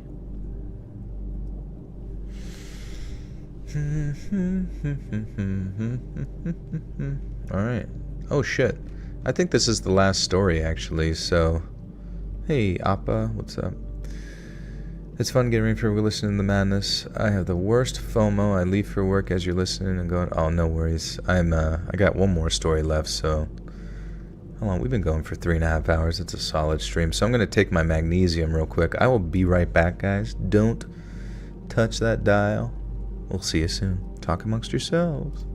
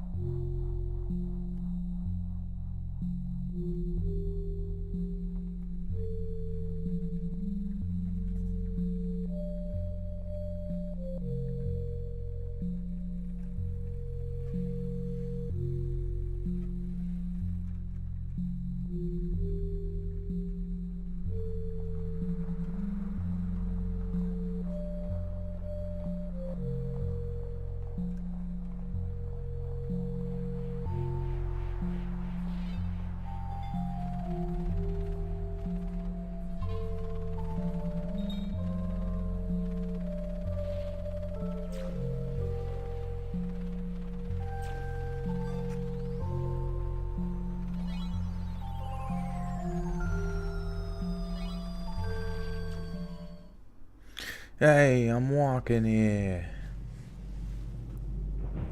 Look like RFK Jr. You wouldn't believe it. The resemblance is uncanny.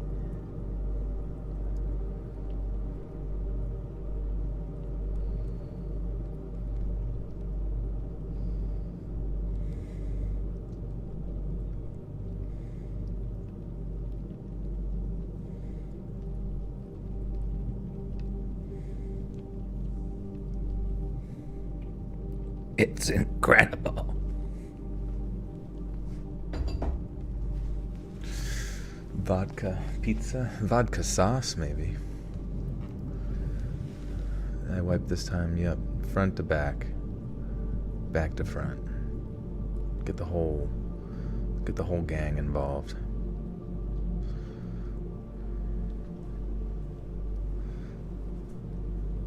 How to start a new YouTube. First you click create profile. Then you click upload video. Then you upload video of you shaving asshole with razor for educational purposes. Honestly, that would be my biggest suggestion. Because the guy that uploaded himself shaving his own asshole, goatsy style on YouTube, that got a ton of views. So I don't really know why he didn't continue to produce videos just like that.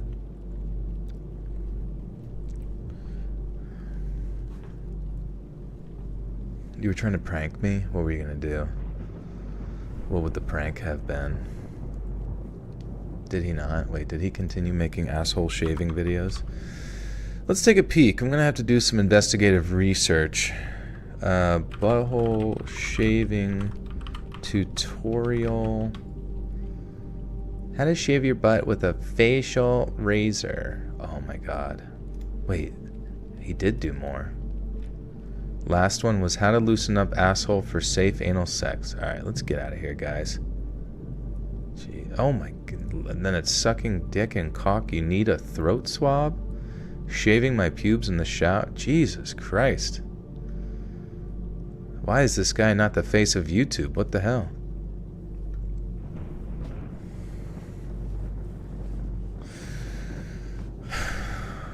Alright, perfect. I found my new favorite channel.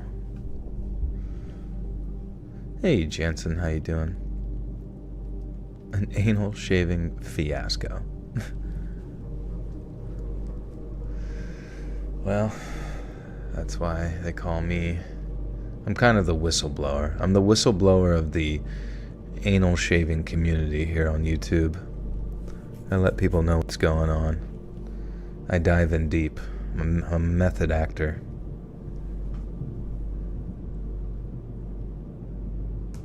Oh, the viral one was the Nair. That's right. I'll save that for later. I am aware this happened ages ago, but I am now recollecting my bits and pieces from the event and am thankful to be sane and safe. I'm honestly just airing it out so I can get input and opinions because I don't know what to make of it. And I'll preface this by saying that this happened a while ago, 2019, when I was 16 years old. Hence, I was very naive and gullible. I am aware that it might not be a human trafficking case, but it does seem suspicious regardless. And for context, this happened in a relatively large North American city. It was late December and a few days before Christmas, and I had just finished.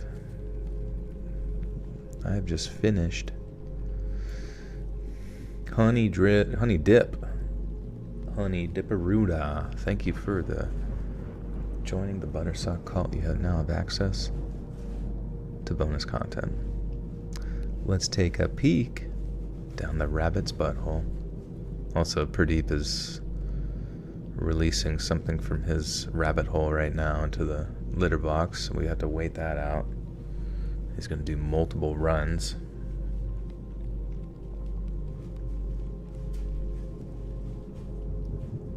You spam watched a bunch of his videos at an Airbnb because someone left their account signed in. Get pranked, loser. I watched it all night just to prank you.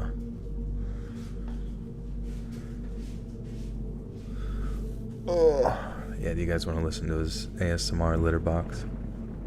Oh my God, he's getting violent.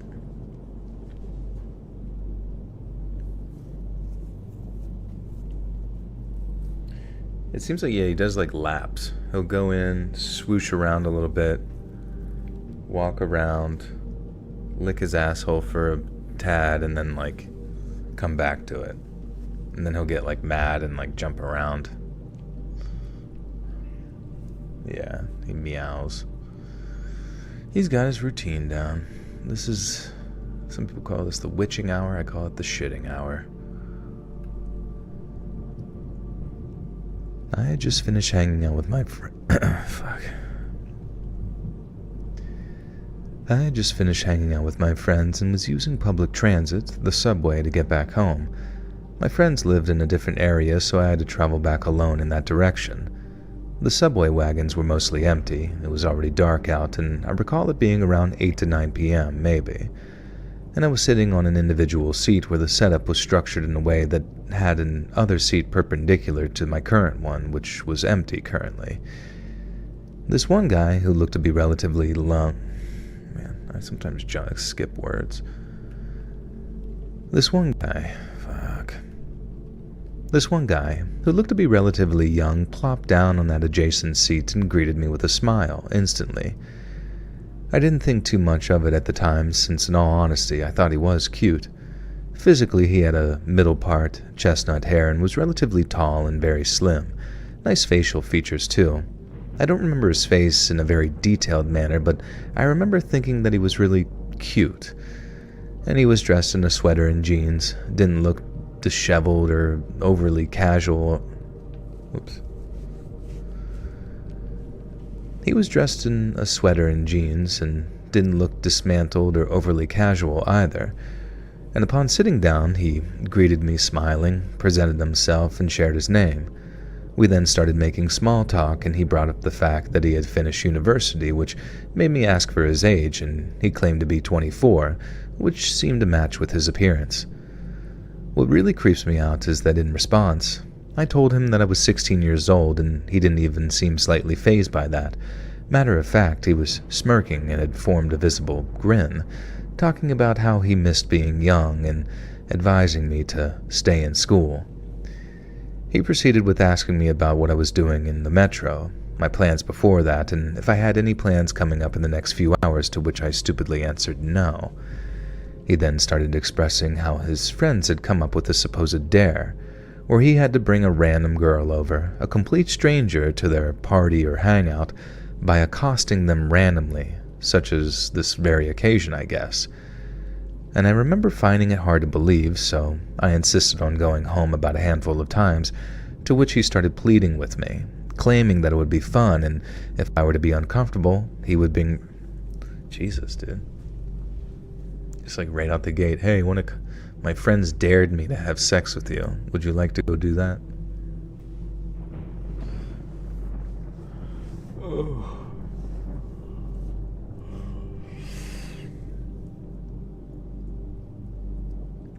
You connected the home theater, me at full volume, Pradeep shitting in a box, freaky style.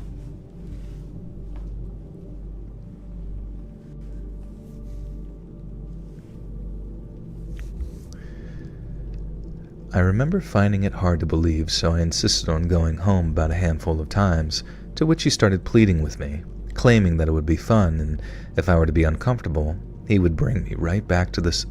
God damn it, dude. Where are my spreads? Where's my spreads? I don't have my spreads. I actually don't. Oh, here it is.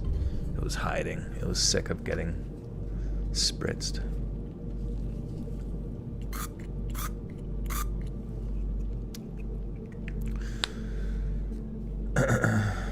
Do I use his box sometimes? I do, usually.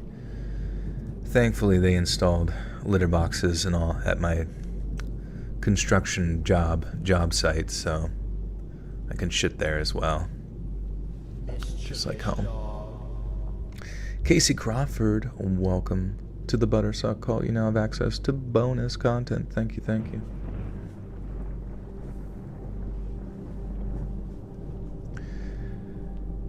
I remember finding it hard to believe, so I insisted on going home about a handful of times, to which he started pleading with me, claiming it would be fun, and if I were to be uncomfortable, he would bring me right back to the subway station.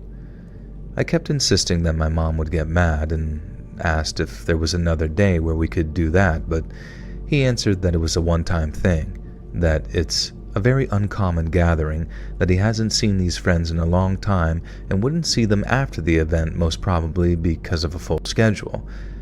And he also kept pushing the fact that he wouldn't be keeping me up for too long. And I eventually gave in.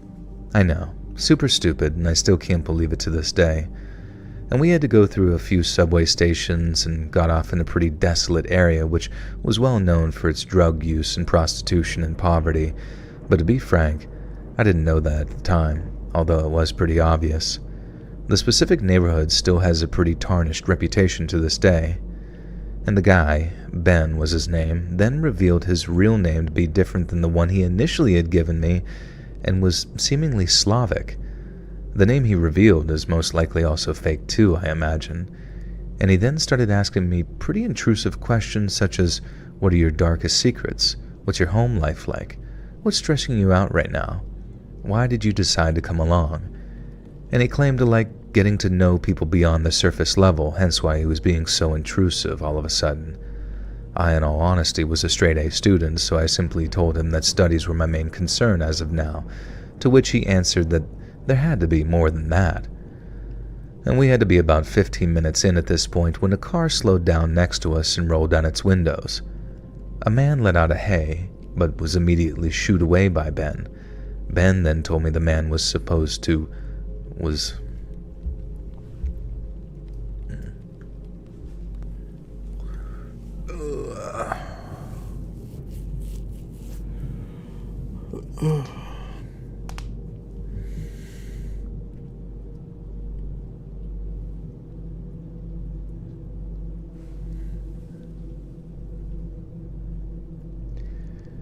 Ben then told me that the man was a supposed John, which I didn't know meant that the driver was essentially a client in that sense.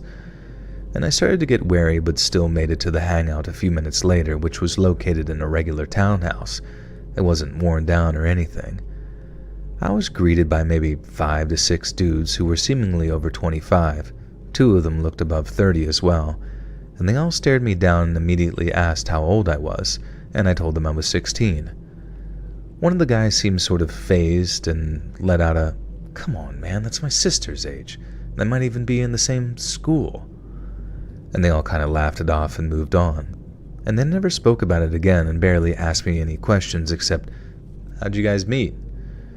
Also, it was obvious that someone's dad had owned the place, as an old man was dozing off on the couch, and we all gathered around a dinner table. The host served me some food along with the other guests, but I refused to eat as I was honestly starting to feel a bit queasy about this situation. And after everyone except me finished eating, we all went upstairs. Ben started playing the... Dude, this is insane. How did she find herself in these situations?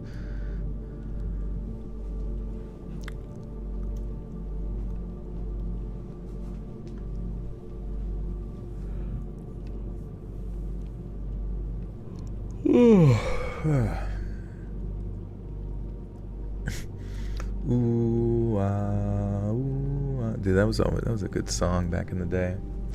My life be like ooh, ooh, I Show Speed is live. Let's check in with him. We need our speed updates. He's in Shanghai.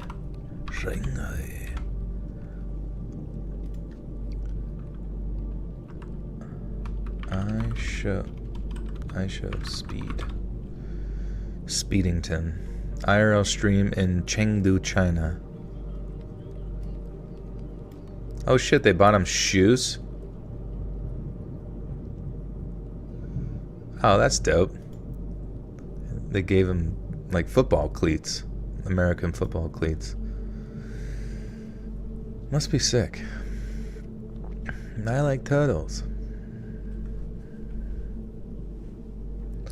Alright. Ben started playing the guitar, and another man joined in by playing some keys on a piano. They then asked me to film them using Ben's phone, so I did. When that was going on, I honestly started getting terrible vibes and felt the need to leave, so I put the phone down and slowly made my way through the frame of the door. One of the older guys was standing near it and asked me what was up and if I was enjoying their company. We started talking for a minute, and he claimed to be an accountant. He then started leaning in and tried to slightly hover over against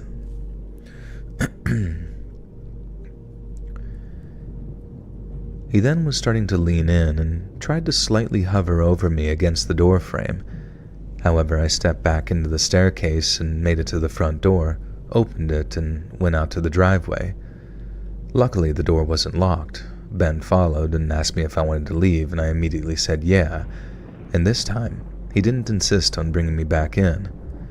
I should also add that right before leaving, I had told Ben that my mom was relentlessly calling me and was worried, to which he obliged.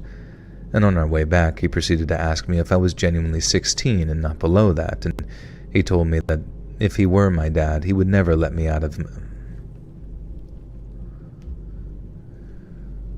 On our way back, he proceeded to ask me if I was genuinely 16 and not below that. He told me that if he were my dad, he would never let me out of sight again because what I just did, which was going to...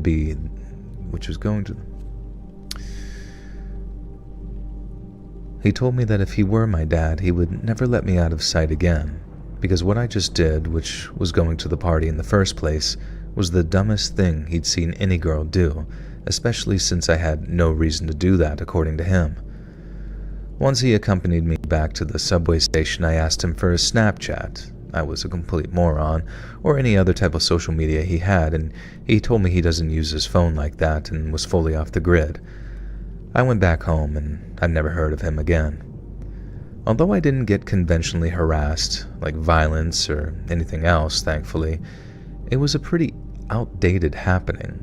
I'm honestly scared... Wait, outdated?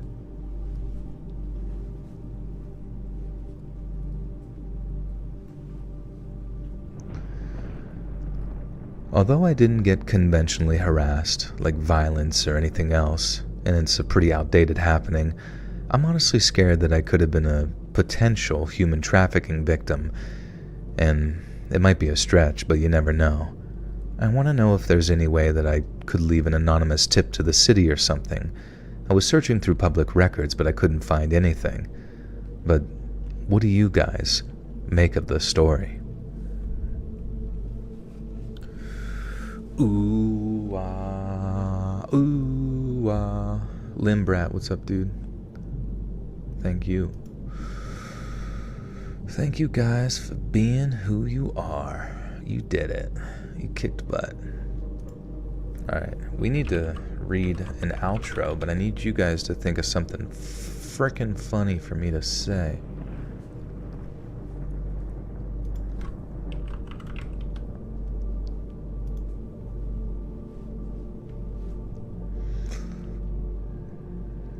Cardi or Thugger? Like, Young Thug? I would say Young Thug all the way, you know, I love Young Thug. But at the same time, you know, I don't know, I don't really think that rappers need to have like this like strange type of beef, and that you need to be, you know, turning into like these like political sides that you have to like choose, you know. Like that's such a weird way to like promote entertainment.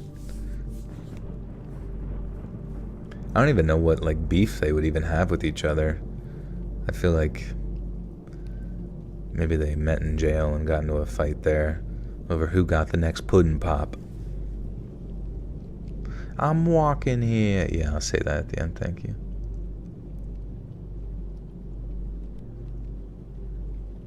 Ollie says maybe not. Wait, what did you say before that? That was maybe not. Sometimes I can't tell if my chat puts everything in the chat, you know what I'm saying?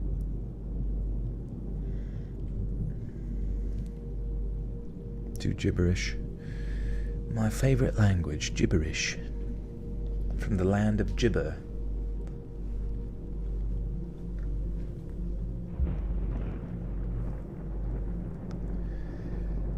Hey friends, thanks for listening.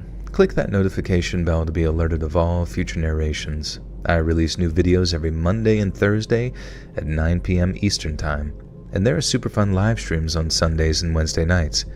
If you got a story, be sure to submit them over at my email, letsreadsubmissions@gmail.com, and you might even hear your story featured on the next video. And if you want to support me even more, grab early access to all future narrations and bonus content over on Patreon, or click that big join button to hear about the extra perks for members of the channel. And check out the Let's Read podcast, where you can hear all of these stories and big compilations located anywhere you listen to podcasts. All links in the description below. Thanks so much, friends. And remember, I'm walking here.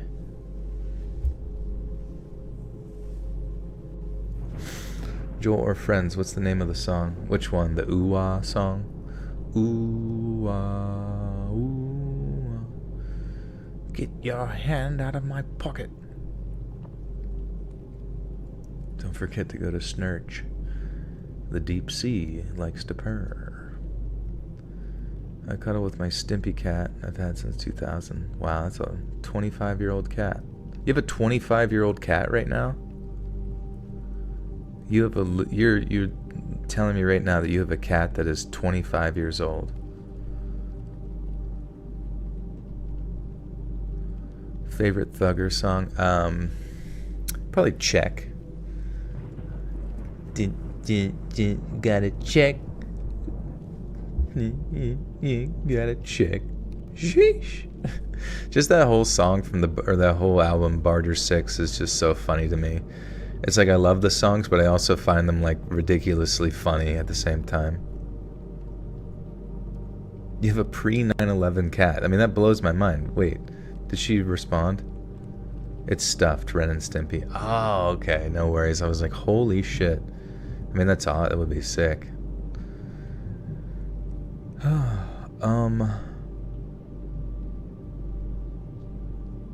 What Cardi song? Honestly, I feel like I can't quite pinpoint all of the Cardi songs off the top of my head, but I do like that his beats became, wait, what's his name? Cardi, young boy, Playboy Cardi, that's right.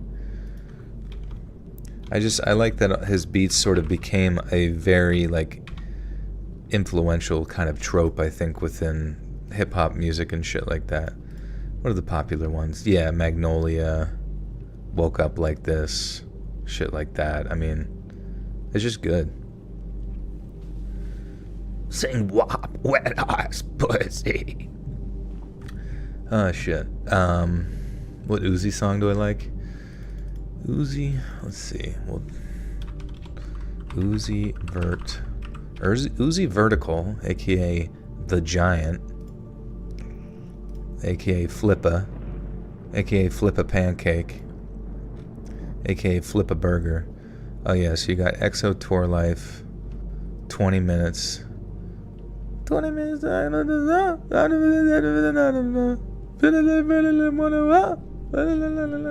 There was also one in the music video where it's like, I do really like that beat though. I think I played it actually like before a stream once.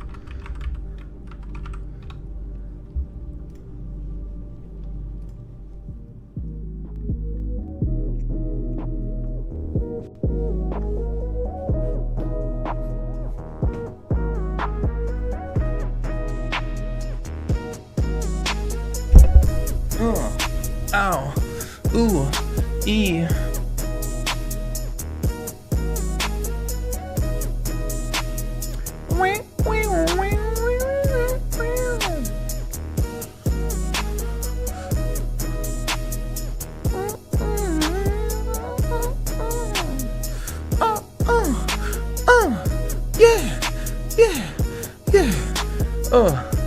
20 minutes of the song. 20 minutes of video. 20 minutes of video. 20 minutes of video. Alright guys, I gotta go. I hope you guys have a good night. I'm gonna get this up on Patreon. If you got gifted a membership tonight, be sure to enjoy the new videos while you can. Adios, y'all.